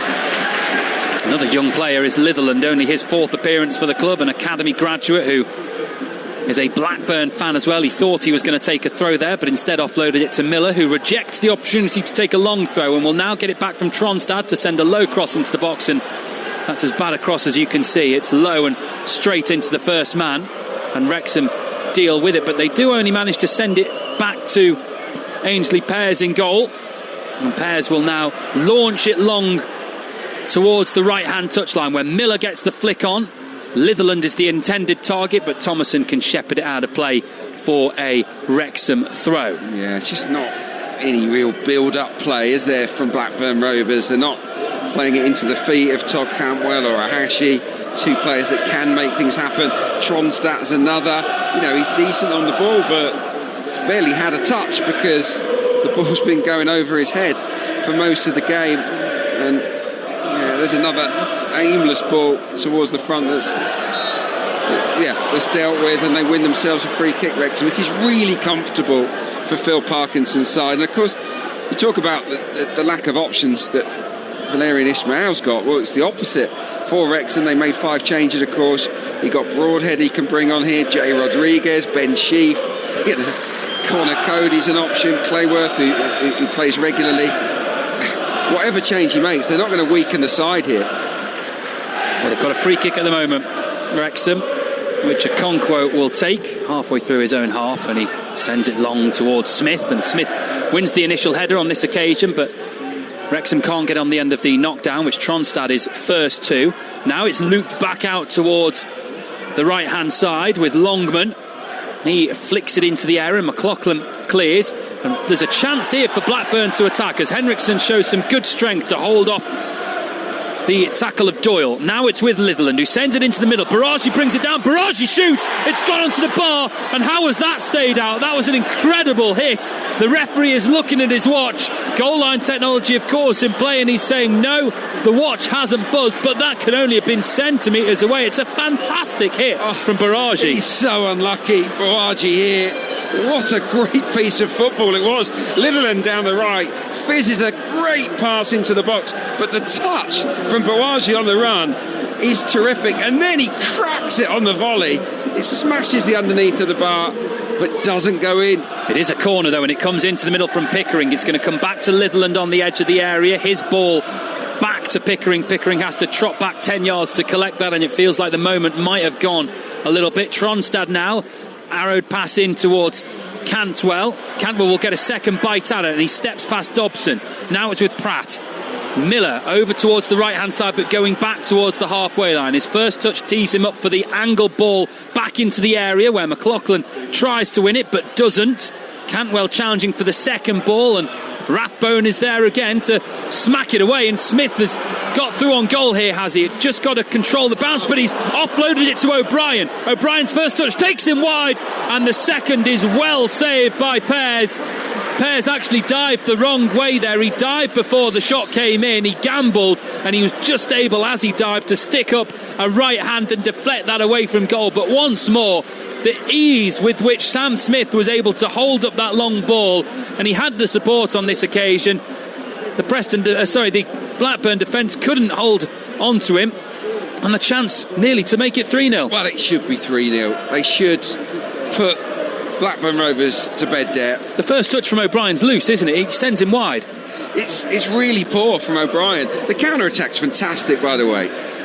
It's Rathbone again. Surprise, surprise. He spots that Rovers have left themselves 1v1 at the back, and that's not the first time either in this half they've done that. So he just whacks it over the head of the last defender. Smith gets on the end of it, draws two defenders to him, and then he does amazingly well, Sam Smith, to spot O'Brien, and he's got all day.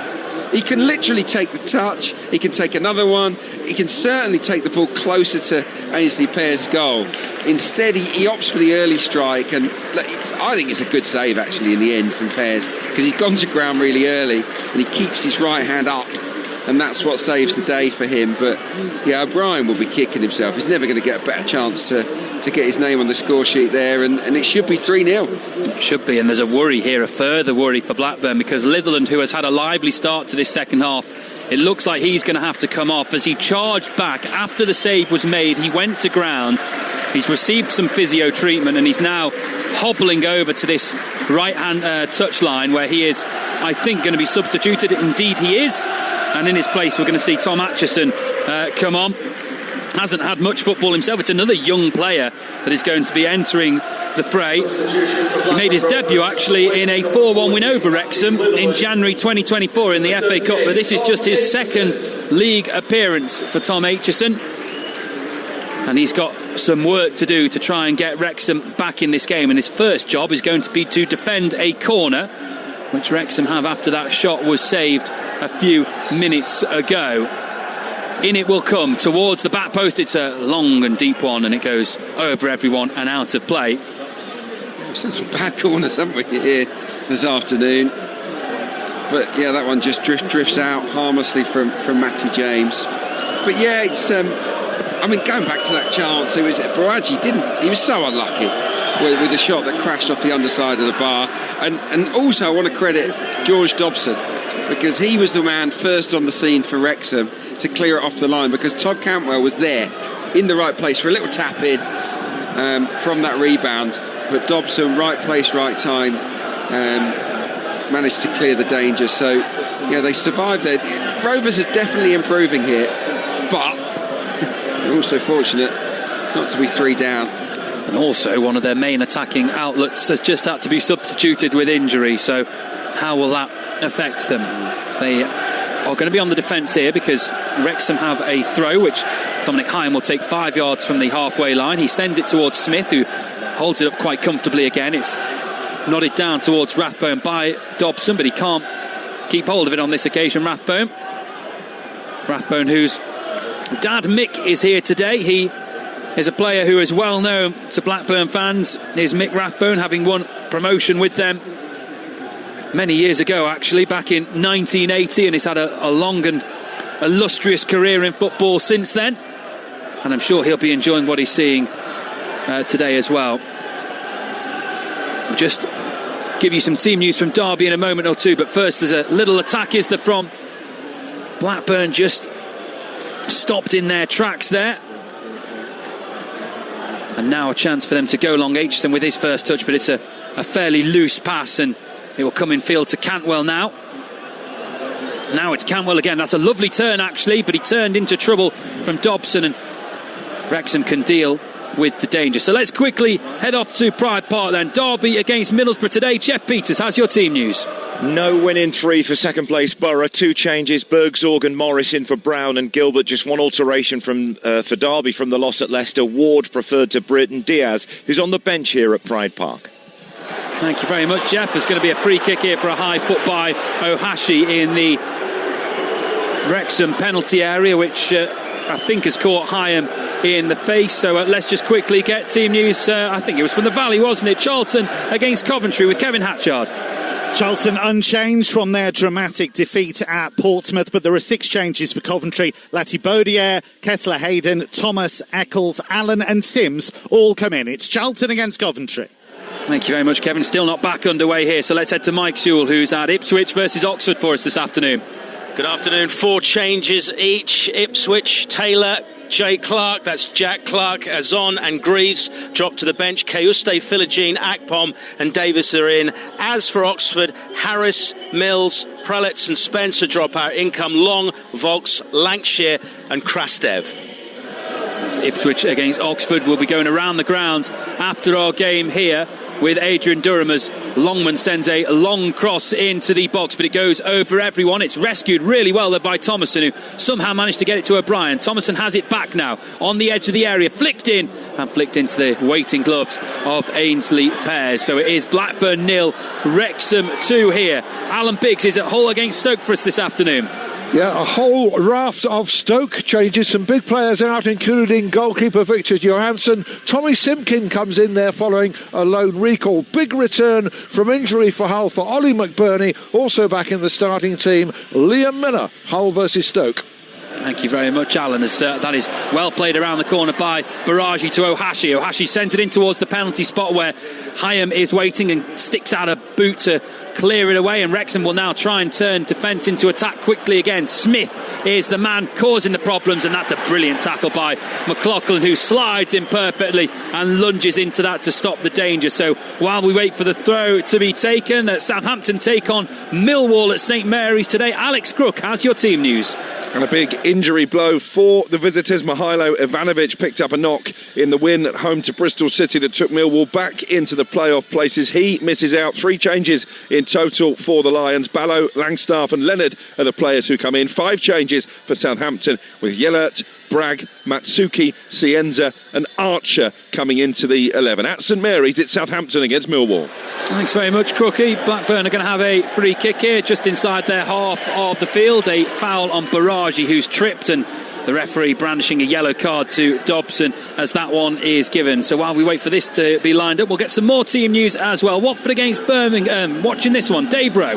Inform Watford make 1 change from their late win at Norwich. There's no Ngakia at right back. He's replaced by Abankwah. Birmingham make 2 changes, with Alex Cochrane returning at left back. Kesh Janssen also starts. Cashin drops out, and there's no Jay Stansfield at all. That must be an injury. Watford Birmingham at Vicarage Road. Thank you very much, Dave.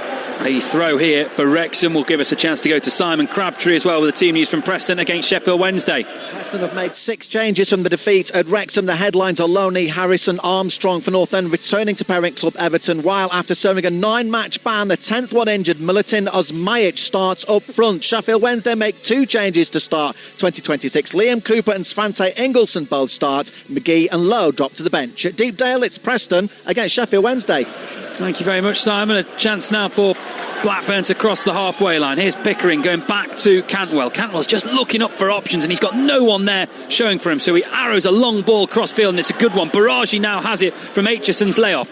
Ahashi back to Baraji, who's got space. He's got it on his left foot, he shoots over the bar, and that is Blackburn's finishing today. Adrian Clark. It's been shocking really inside the final third. Baraji had a great shot off the underside of the bar, but on this occasion, good play initially, lovely switch from Todd Cantwell, but when it comes to him, left-footed, he's 25 yards out, but his shot must be almost 25 yards over the bar. Real shocker. Absolutely is. Blackburn still trying to find a way back into this game, but that one shot that hit the bar is all we've really seen for them so far. They've got their ball just inside their own half. Let's head to Ashton Gate. Bristol City against Portsmouth today. Lawrence Moore is watching for Talksport.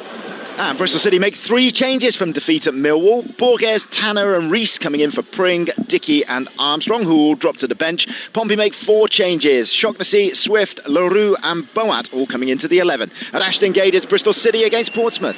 Thanks very much, Lawrence. Here at Ewood Park, it's Blackburn 0, Wrexham 2 with 66 minutes gone. Blackburn have just won a corner. Ohashi making his way into the area, cutting back on his left foot and then seeing the ball that he rather tamely played back into the area cut out for a corner, which Cantwell is going to take on the Blackburn right. They have sent plenty of players forward for this one, as they need to. Cantwell will send it in. It's a good one towards the penalty spot. Aitchison can't quite get there. Nodded back to Pickering, and his ball to Cantwell lacked any kind of fizz, and now Rathbone can come away with it, and he is fouled by Miller. Miller lunging in on this one, and he waves his arms to the officials as if to say, what am I to do? The Blackburn fans on that side are not happy either, but if he didn't get the ball in the eyes of the officials, it's got to be a booking. Yeah, I think so. I don't have a major issue with it. I think Rathbone's obviously public enemy number 1 here for that crunching 50-50 in the first half that injured Ryan Hedges. He did get a little bit of the ball there, in fairness, but punished anyway. You just wonder where this goal is coming from Blackburn Rovers. Still no shots on target, and we're 67 minutes into the game. Yeah, they've been really poor up front so far. We've just got one final bit of Championship team news to bring you, as that free kick is taken by Hyam and sent out to the right-hand side. We will go to QPR against Norwich in a moment or two, but for now, Longman has the ball on the right-hand side, level with the edge of the 18-yard box. He's tiptoeing forward and sees his cross deflected out of play off Pickering for a corner, so we can quickly go while this is set up to Rebecca Adams for QPR against Norwich. Well, there are changes for both sides since their respective defeats last time out. 3 for Norwich, with Cordova, Crescent and Jurasek all starting to replace Darling, Mahovo and Springett. QPR make 8 changes, with Nardi, Cook, Mabenge, Norrington Davis, Hayden, Madsen, Dembele, Smith, Burrell and Kone all starting. Thank you very much. Rebecca Thomason is making his way over to take this corner very slowly, and why would he not, with Blackburn being 2 goals down against his Wrexham side. He's right in front of the Wrexham end as he lines this one up, Thomason. It will be a left-footed in-swinger. Players to aim for in the box again, plenty of them. It's sent in towards the near post off Baraji, and it flicks off Baraji and out of play for another corner on the far side. That was almightily close. Oh, so close to an own goal there. That was more like it in terms of the delivery from the corner. Thomason's got a good left foot. He's whipped it in near post. It's one of those, it's so hard to defend. We saw Arsenal score from an own goal the other day, didn't we? With a near post flick on. And it was very, very similar there. Baraji just heads it past his own far post. They get another go at this here, Wrexham. Yeah, but Thomason has been spared having to go all the way across to take it. It will be James instead. It's again Baraji who meets it at the near post. Wrexham trying to keep it alive just about inside the area. Now Longman has it on the right-hand side outside the area. He's got Aitchison in front of him, so he goes back to Hyam, and it's sent looping into the box. And did Ainsley Pears get a touch on that? Apparently not. It looked like he might have got a little glove as it floated out of play. So while he lines this one up, it's a quarter-finals day in the darts, and the first one has finished. Ian Danter has the latest from the darts. Ryan Searle is through to his first ever World Darts semi-final. He's beaten the Ferret Johnny Clayton by 5-2. Never really looked in danger, but he has lost his first set to the tournament. He'll take on the winner of Luke Littler and Christoph Ratajski, who play tonight. Next up, Justin Hood on debut is about to take on the two-time world champion Gary Anderson. You can follow all the action on Talksport 2, the Talksport app and the Talksport Darts YouTube page. Thanks very much, Dance. Thrilling action at Alexandra Palace, and we're all across it here on the Talksport network. Here are Wrexham on the attack. It's a chance for Rathbone to get the ball out to Longman, and he goes back instead to Hyam, and Wrexham can just be as patient as they want. Their running has got to be done by Blackburn here. Okonkwo sending it forward and over the head of O'Brien. Baraji profiting from a fairly loose knockdown by Doyle, but Doyle will now get a second go at it, and he crosses the halfway line and the ball just about goes out of play as he does that as well. There's 70 minutes gone here at Ewood Park. It's Blackburn 0, Wrexham 2.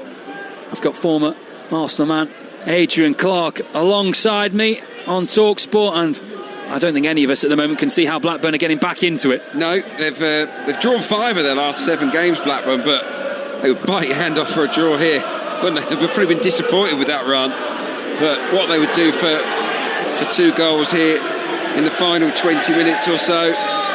You know, they've defended well most of this season, Blackburn Rovers, but you know, costly. That first goal was really, really costly for them, and Wrexham haven't looked back. Well, Wrexham are making their first substitute of the game. Matty James is spared the last 20 minutes. He can rest his legs up ahead of the games at the weekend, and he's replaced by Ben Sheaf, who was one of the 5 players who dropped out of this starting lineup compared to the Preston game for Wrexham. But Wrexham haven't looked like a team who've had a whole raft of changes or who are missing their main 2 or 3 forwards today. Ohashi does some good hold-up play, some good strength, and then pirouettes and whips the ball out to the right-hand side.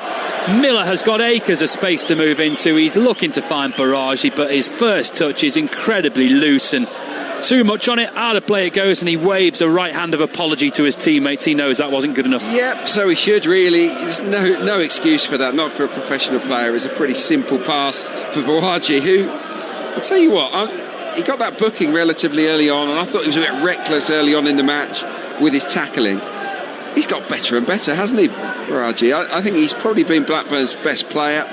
He's an all-action box-to-box midfielder, very physical, but he's got the legs to get forward and support the front 2, who are still feeding off absolute scraps, aren't they? Well, I don't think Henriksen's had a shot yet.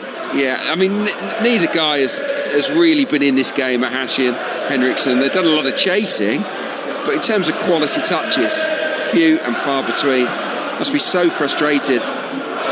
Must be. 18 minutes to go here at Ewood Park. Blackburn 0, Wrexham 2. A reminder of the big news of the day. Enzo Maresca has left his position as Chelsea manager. We will have more reaction to it throughout the afternoon here on Talksport, but also you can head to talksport.com for more news and for a look at perhaps who could be in the frame to replace him in the dugout at Stamford Bridge. But big things brewing with Chelsea once again as Aitchison just about gets his body in the way of a threaded ball that was intended for Smith. Smith, if he had got on the end of it, would have been through on goal and looking for his second of the afternoon. As it is, it's now Blackburn who are on the attack. Tronstad looking to thread it through towards Henriksen, but it's a really poor pass which Wrexham are so able to get in the way of, and then they win the free kick for the foul on the halfway line as well. Yeah, their shape is good. Their shape is better than Blackburn's, isn't it? They're more au-fait with it, the 3-4-2-1, and I think that no matter who's played in that box midfield throughout this game, they know exactly what they're doing. You know, Matty James was excellent before he came off. Sheaves there now alongside Dobson, and they're just picking off passes for fun, aren't they? There's no real way through to that front 2 of Blackburn Rovers. Yeah, I think Wrexham inside that engine room have been really strong today. They've got the extra man, we talked about that. It's a 4v3 in there, and they've made the most of it. Here's Dobson on the halfway line, just looking for options. In the end, he goes back towards Doyle. And now it's with Scar, one of the 5 players to come into the starting lineup today. Hyam will go down the line. It's a long ball which Pratt will win ahead of Smith. He nods it towards Transtad, but Rathbone once again just shows that he wants it more. He gets to the ball first, and then as he kind of uses his hip to get it away from Tronstad belatedly swings a right leg up and gets a yellow card. Yeah, and the body language on Tronstad was pretty appalling, wasn't it? It's like he's given up the ghost, really. He's so frustrated with himself, with the team. There's a lot of shoulder slumping down there beneath us, isn't there, in terms of these white shirts and these special replica kits for the anniversary. They look like an unhappy group of players at the moment that don't really believe there's a way back into the game. And I'm looking at their scorers list from the season, and maybe there's no surprise, only 3 of these guys have scored this season. Only 3 of the 10 outfielders have even scored a goal in the whole season. We're in January now, so it's probably little wonder they're lacking in that belief at the moment. Well, Axel Henriksson, who is leading the line, 23-year-old Swedish player who arrived in the summer on a 4-year deal. This is his 17th appearance, and he still hasn't scored for Blackburn. And things might get worse for them as O'Brien sends a cross into the middle. It's won by McLaughlin. Smith was waiting on the penalty spot for it. Sheaf gets it down on the ground again, and they can look to build once more. Here is Sheaf going back towards his own goal with a pass towards Scar, but Ohashi blocks that out of play. 15 minutes to go here. Reminder, this is the first of a feast of football on the Talksport network today. We've got Liverpool versus Leeds. That's a Talksport exclusive at 5:30 on Talksport 2 at the same time. Crystal Palace against Fulham. And then from 8 o'clock, Brentford against Spurs and Sunderland against Manchester City. So plenty of live football on the Talksport network for your ears over the course of the day. And of course, we'll be going around the grounds with Adrian Durham once we're finished here as well. Here's Rathbone with a tidy turn. His pass not quite as good. Baragi managing to get in the way of it, but then Rathbone winning it back and now making a run down the left-hand side. It was ignored by Thomason. Doyle, now it goes back to Rathbone, who's still on the left. Thomason now does get it. Tronstad steps in and makes the sliding tackle. He can't get that wrong now. He's on that yellow card, and Baragi, who picked up the loose ball midway through the half, is fouled by Sheaf, who was just holding him on the shoulder and not allowing him to get away. So the referee giving the free kick, and Aitchison now crosses the halfway line after it was played to him. His pass is cut out. Ohashi wins it back. Now it's with McLaughlin in the centre circle. Across to Pratt. Pratt will go back to McLaughlin, and he will have to go long towards Henriksson, who chests it down, but chests it down and out of play. And my eyes wander down to the Blackburn dugout to see if there's anything that's going to change with their team, because they're not doing anything up front, but there is resistance to making an attacking sub, perhaps down to the options available. Yeah, there's no activity down there, is there, between the two coaches, and yeah, I think he just feels we haven't got anyone to bring on. These are hard times for Blackburn Rovers. You know, they've had 2 good goalless draws, I guess, away from home leading up to this game. But to avoid getting sucked into a relegation battle, they need to win more here at Ewood Park, and they've just lost too many on home turf this season. And I think I'm looking at a group of players that are so low on confidence. I think it's a concerning time for them. Will the owners, would the Vinkies, dip into their pockets and give them some money to strengthen this squad? If they don't, they could be in trouble. Well, they're 5 points clear of the relegation zone, or they were ahead of today. They've got a corner now. Cantwell will send it in, right-footed in swinger, and there's no one there as it's headed clear by Scar on the edge of the 6-yard box. Not a single Blackburn player was in 2 yards of him. Free header away that Blackburn do claim it back. Here's Pratt. Cantwell is stuck to the left-hand touchline and now threads a lovely ball through to Pickering. Pickering just couldn't get it out from under his feet, and that allowed Rathbone the chance to get back and clear. But that was a delightful pass by Cantwell. Well, he's got that in his locker, hasn't he? Todd Cantwell has always been a clever player, a really good player on the ball, a technician, a decent passer. It was perfect, wasn't it, for Pickering? I'll tell you what, the tracking back from Rathbone, that was top draw. Baragi now over on the far side receiving Tronstad's switch. McLaughlin, who's still up on the corner of the box. Baragi again on the touchline. Now it goes back to Aitchison. Baragi to the centre circle with Pratt. Pratt will feed it out surely to the left-hand side. Indeed he does, where Miller is waiting. Miller, onside on his right foot. Dangerous ball in, and the keeper came for it and didn't get near it. Aitchison now picks up the loose pieces and with a right foot prods it back to Baragi on the edge of the area. Now with Miller, 10 yards outside it. Baragi again will skip past Sheaf. Baragi clipped in right-footed, but waiting to clear it is Callum Doyle, and he can hoof it upfield where Tronstad brings it down ahead of Smith. Aitchison sends it back in as Blackburn try and build up some kind of momentum, but those long balls have not worked for them once, I would say, so far today.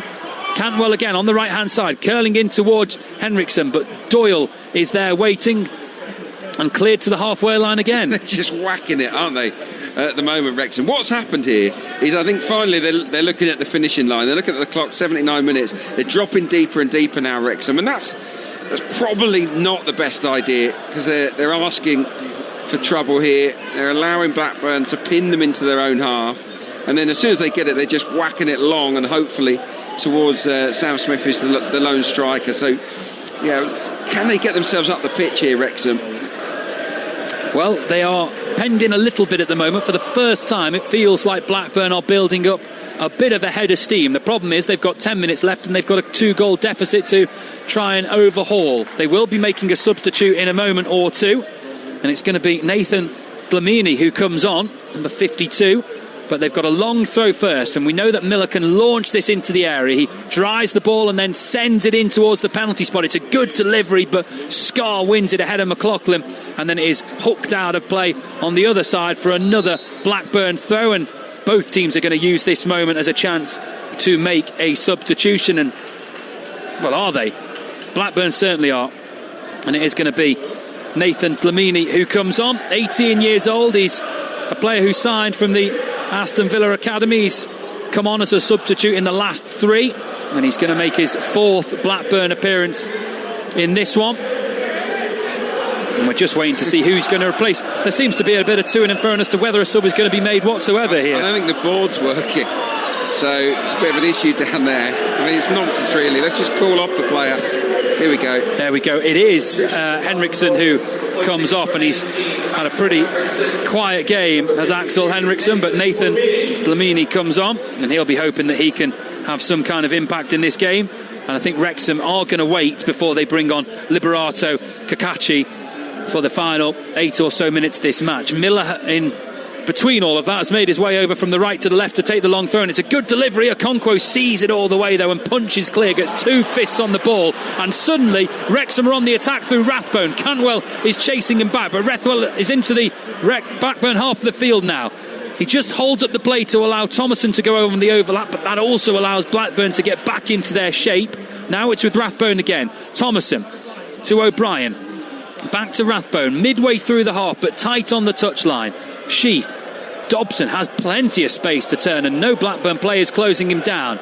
Rathbone again, they've just slowed the pace down here, and I wonder if they could have arrowed in on goal there, but probably did the professional thing. Yeah, but I mean, there's 8 minutes left to play. I think they could have.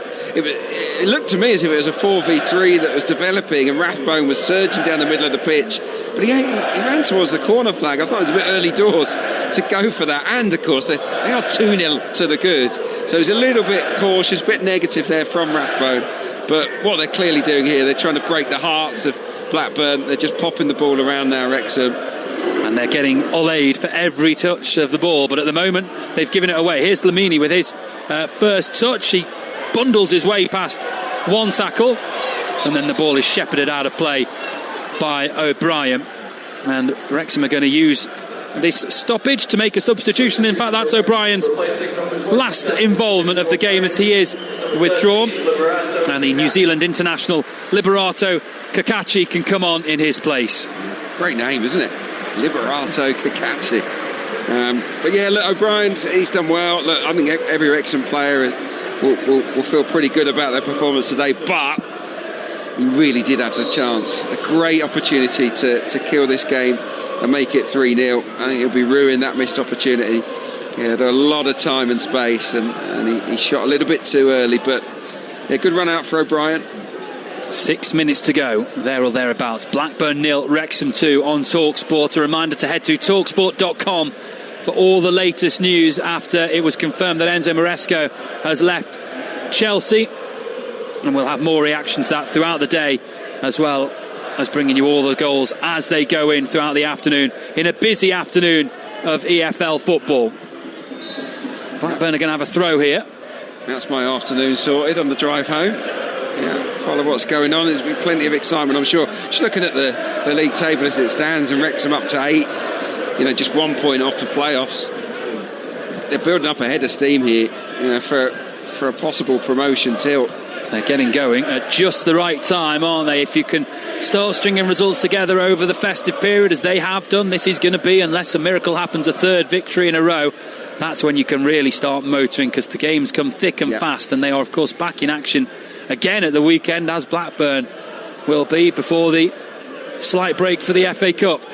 I just think if you've got a deep squad, and Wrexham have got a deep squad, this long winter in the Championship, that's where your squad really comes to the fore. Here's Ohashi in the penalty area, picked up by Pratt. Ohashi sends it through the legs of Callum Doyle and out of play for a goal kick. In the end, it probably went 2 or 3 yards wide of Arthur Okonkwo's left-hand post, but that's probably the first sight of goal Ohashi's really had today. It's such a bad finish. It's the best chance they've had, because the Baraji one was all of his own making. Here, he gets the ball inside the box, onto his left foot.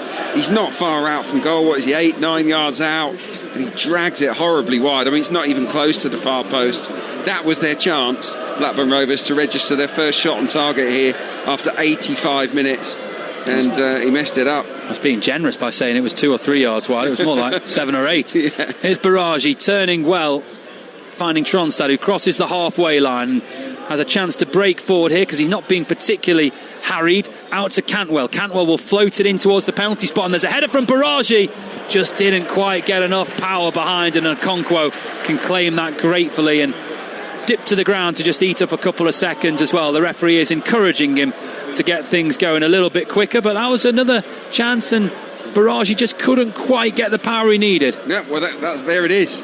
It took 86 minutes, and they did get a shot on target, so well done Blackburn. But yeah, no, Baraji's been good in the second half, really full of energy, and he's made run after run from central midfield into the box. Unlucky not to score when he hit the bar, and there he just didn't time the jump of his head for his header very well, and therefore he couldn't generate any power at all, and it just dribbled into the arms of Okonkwo, who's had the easiest of afternoons, hasn't he? He has indeed, and we are seeing or hearing the applause that Ollie Rathbone is getting now. His afternoon is over. That wonderful goal he scored in the 37th minute, putting Wrexham 2-0 up. He is being withdrawn. Harry Ashfield is coming on in his place. 19 years old Harry Ashfield, making his league debut for the club, so a really big moment for him. I'm sure you remember yours all those years ago. Absolutely, yeah. It's a lot of years ago, as you well know, but yeah, you can't beat it. I mean, you never forget this day. First match at first team level. That's absolutely tremendous. Wish him well. Well, he's just had his chance at a first touch, but it was an air kick as he tried to hook a ball that was dropping over his shoulder forward. He's got 3 minutes to have an impact in this game. At the moment, Wrexham are seeing it out pretty comfortably in what is going to be their first league win at Ewood Park since 1974. I mean, granted, the two teams haven't met on a huge amount of occasions since then. There have only, in fact, been 5 meetings in the intervening years, 4 of which have been drawn, and there was a big FA Cup win for Blackburn here a couple of years ago. But Wrexham last one here in 1974. Billy Ashcroft and Arthur Griffiths scoring the goals from that day. I wonder if there are many here today who were there on that occasion as well. I don't remember it, I have to be honest. I know when my debut was. My debut was 31 years ago and a day, because it was on New Year's Eve. Arsenal against QPR. So yeah, it's a long time, but you never forget it. It's very special when you step onto that pitch for the first time. Absolutely. That ball is shepherded out of play there by Dominic Hyam. He was given a little bit of attention by Dlamini, but Dlamini had never really had a hope of getting there. 2 minutes to go. Blackburn 0, Wrexham 2 here on Talksport. Adrian Durham will follow us with all the goals as they go in around the country in a busy afternoon of EFL football. At the moment, Wrexham are jumping 3 places up the table, and that gap between themselves and the playoff places is ever shortening. This will be a 3rd win in a row for them. And when I spoke to Phil Parkinson after they beat Preston on Monday night, he said that winning back-to-back league games for the first time this season was a big thing. I can only imagine the smile that's going to be on his face when I get to chat to him in a few minutes' time and ask him about 3 league wins in a row. I think he'll be really proud of his team. Yeah, they've had a great Christmas. He'll be especially pleased because they've done this without Kiefer Moore, without their sort of main man up top. They've done it without Josh Windass and several other key players. He's rested and rotated a few, and they've won with ease, haven't they, really? They haven't had loads of shots in the game. They've only had 7, but I'd say all of those were decent efforts on goal. And this has quietly been a very nice run for Wrexham, hasn't it? You know, they haven't lost very many games since the autumn. But look, three wins on the spin in any division is going to catapult you up the league. Yeah, they've lost twice since mid-October. So that's some run. Well, Blackburn have been hard to beat themselves, haven't they? They were unbeaten in 3. They'd had 3 clean sheets in a row before today, but they were punctured early on and haven't shown much sign of getting back into this game. They are on the attack now. Miller has it on the right-hand side. He just about keeps it in. He's got Callum Doyle keeping him under close attention, and in fact, Wrexham win that ball fairly comfortably, and Miller is still getting back to his feet as Wrexham cross the halfway line with the ball played through to Smith, who stayed onside, and Wrexham have 5 on 4 here if they could have played it a bit quicker. 5 minutes of added time signalled here at Ewood Park, and Wrexham play the ball back to the halfway line where Callum Doyle is waiting. Scar now across to Dominic Hyam, the former Blackburn man, who's thoroughly enjoying his return to Ewood Park, even if those supporters before kick-off were fairly ambivalent to him. Now the ball to be threaded through for Sheaf. McLaughlin just ambles over to be near him, and Sheaf has the time and space to play it back to Ashcroft. Now it's over on this right-hand side with Hyam again. Longman wanted it on the right touchline, but he was completely ignored despite his shouts, and the ball is worked over to the right instead. Still, though, Wrexham maintaining possession, and they've threaded it through beautifully here, and they've got a good chance to get into the middle where there is Longman making the burst at the back post, and the cross from Thomason goes over his head and out of play for a throw. But they were patient in the build-up, and then once the time came to make the cross, they did, and just couldn't quite pick Longman out. Oh, it's horrible when you're in that position. You're losing the game by 2 goals. The opposition team are just popping the ball around for fun, and you're just chasing a lost cause after lost cause, and that was what happened there. Really long passage of play where Wrexham were just teasing the home side here, and a lot of the home supporters at Ewood Park have funneled out already, haven't they? It's emptying very, very quickly. None of those Wrexham fans have left, though. 2,679 of them behind the goal to our right-hand side today. That in a crowd of 16,494. The majority of those 16,000 heading home unhappy because Blackburn have got 3 minutes of added time to get even a consolation in this game. Here's Pickering knocking it back to Cantwell on the halfway line. Cantwell will go across the halfway line to find Aitchison on the right-hand side. Aitchison has got the space to move forward into. Baragi, who has been Blackburn's best player. Tronstad now. Baragi again. There's just no movement in that final third. Miller over to Aitchison. Aitchison will send the cross in towards Ohashi, but it's easily cleared, and Ashcroft can turn and relieve the pressure as he prods it back to Dominic Hyam. And that really is the story of Blackburn's day. They have been in promising positions on not many occasions, but some occasions, and that final ball has just been lacking on pretty much all of them. Yeah, they've been woeful inside the opposition half, and you used the word movement there, lack of, and that's been evident throughout. There's just been, bodies standing forward, waiting for the ball. There's no angles, there's no creativity, there's no guile at all about this Blackburn Rovers side. They've got a lot of work to do. They've got a lot of work to do on the training pitch.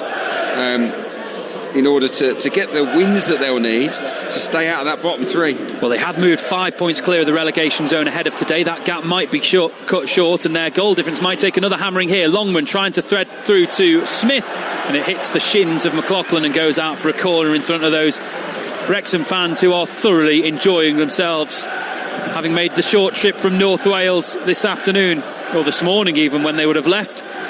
We saw all the coaches outside as we were arriving. There's plenty of them, and they are about to see a big 3 points. It will be just a third away victory of the campaign for Wrexham. They hadn't won on the road in 8 before today, but it has been so comfortable for them today, and They are going to take the corner short.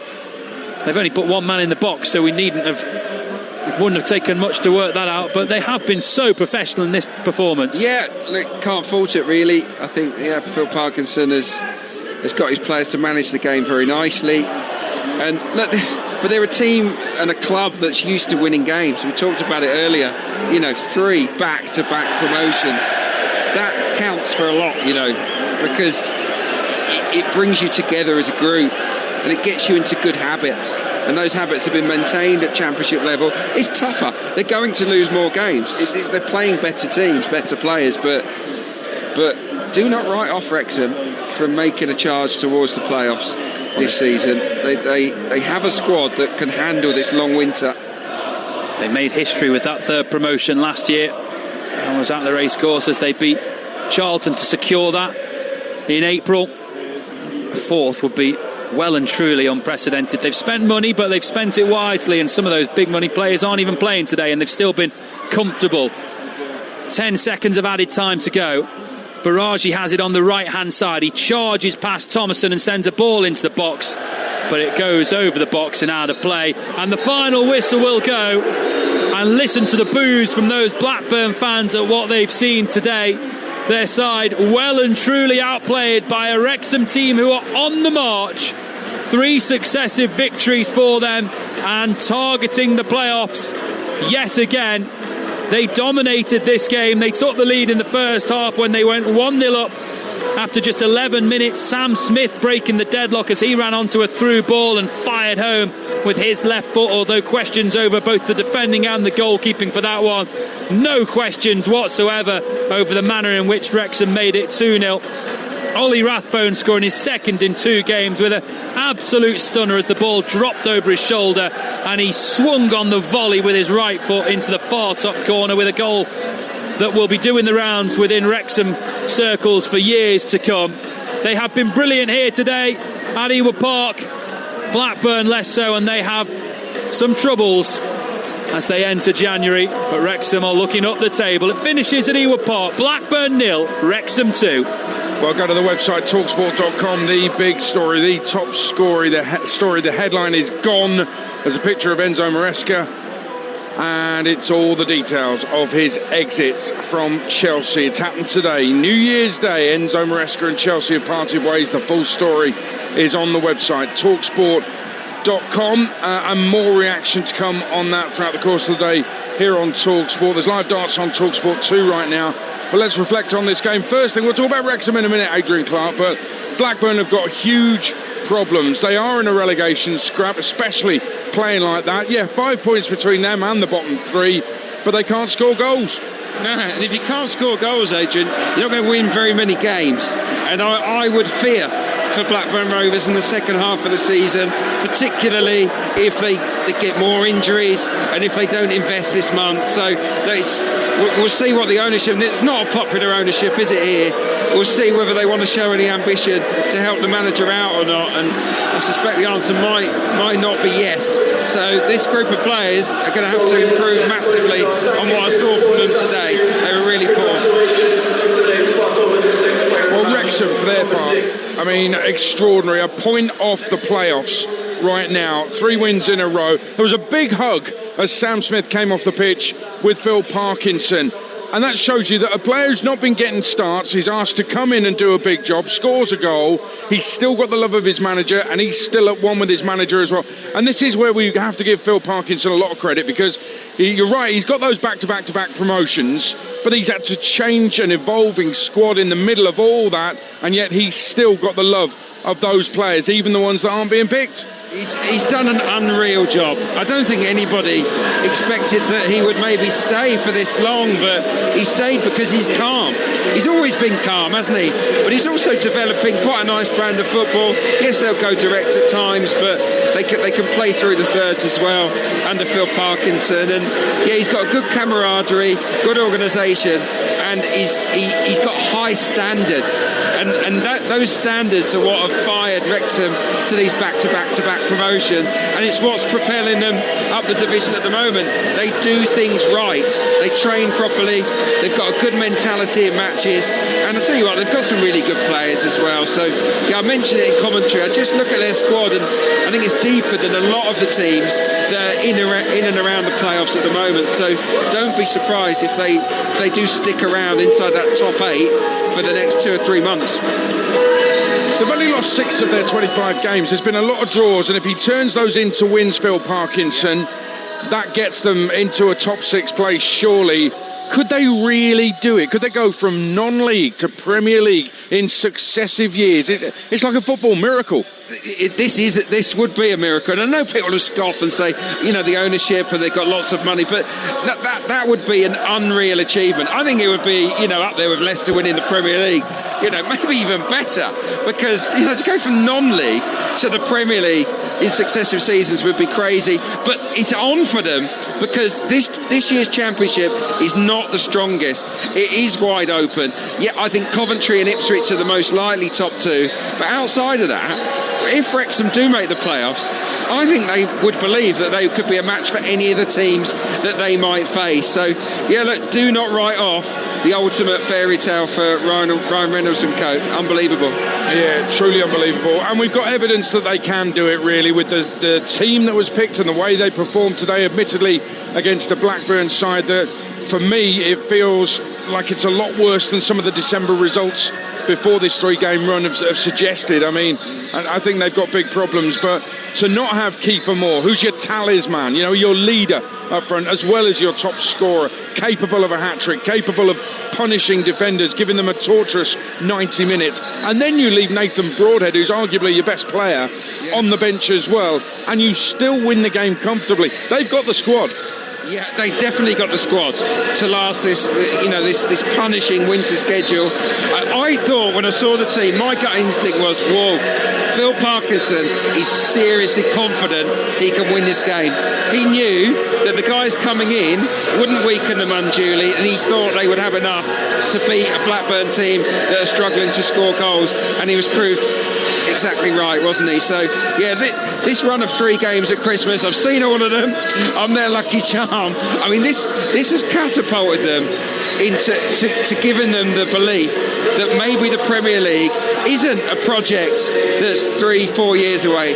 Maybe it's a few months away. Adrian Clark, arguably Wrexham's best player over the last 3 games. Thank you very much. Certainly our Wrexham expert. They are a point off the playoffs. Wrexham after 3 wins since Christmas, all of them live across the Talksport network. Could that happen? They're in 8th place on 37. Preston above them on goal difference. Only one more goal in that game, and actually Wrexham would have been in 7th. And then you got Watford in that final playoff place. It's the Championship. It's brilliant, and we're round the grounds in it next on Talksport.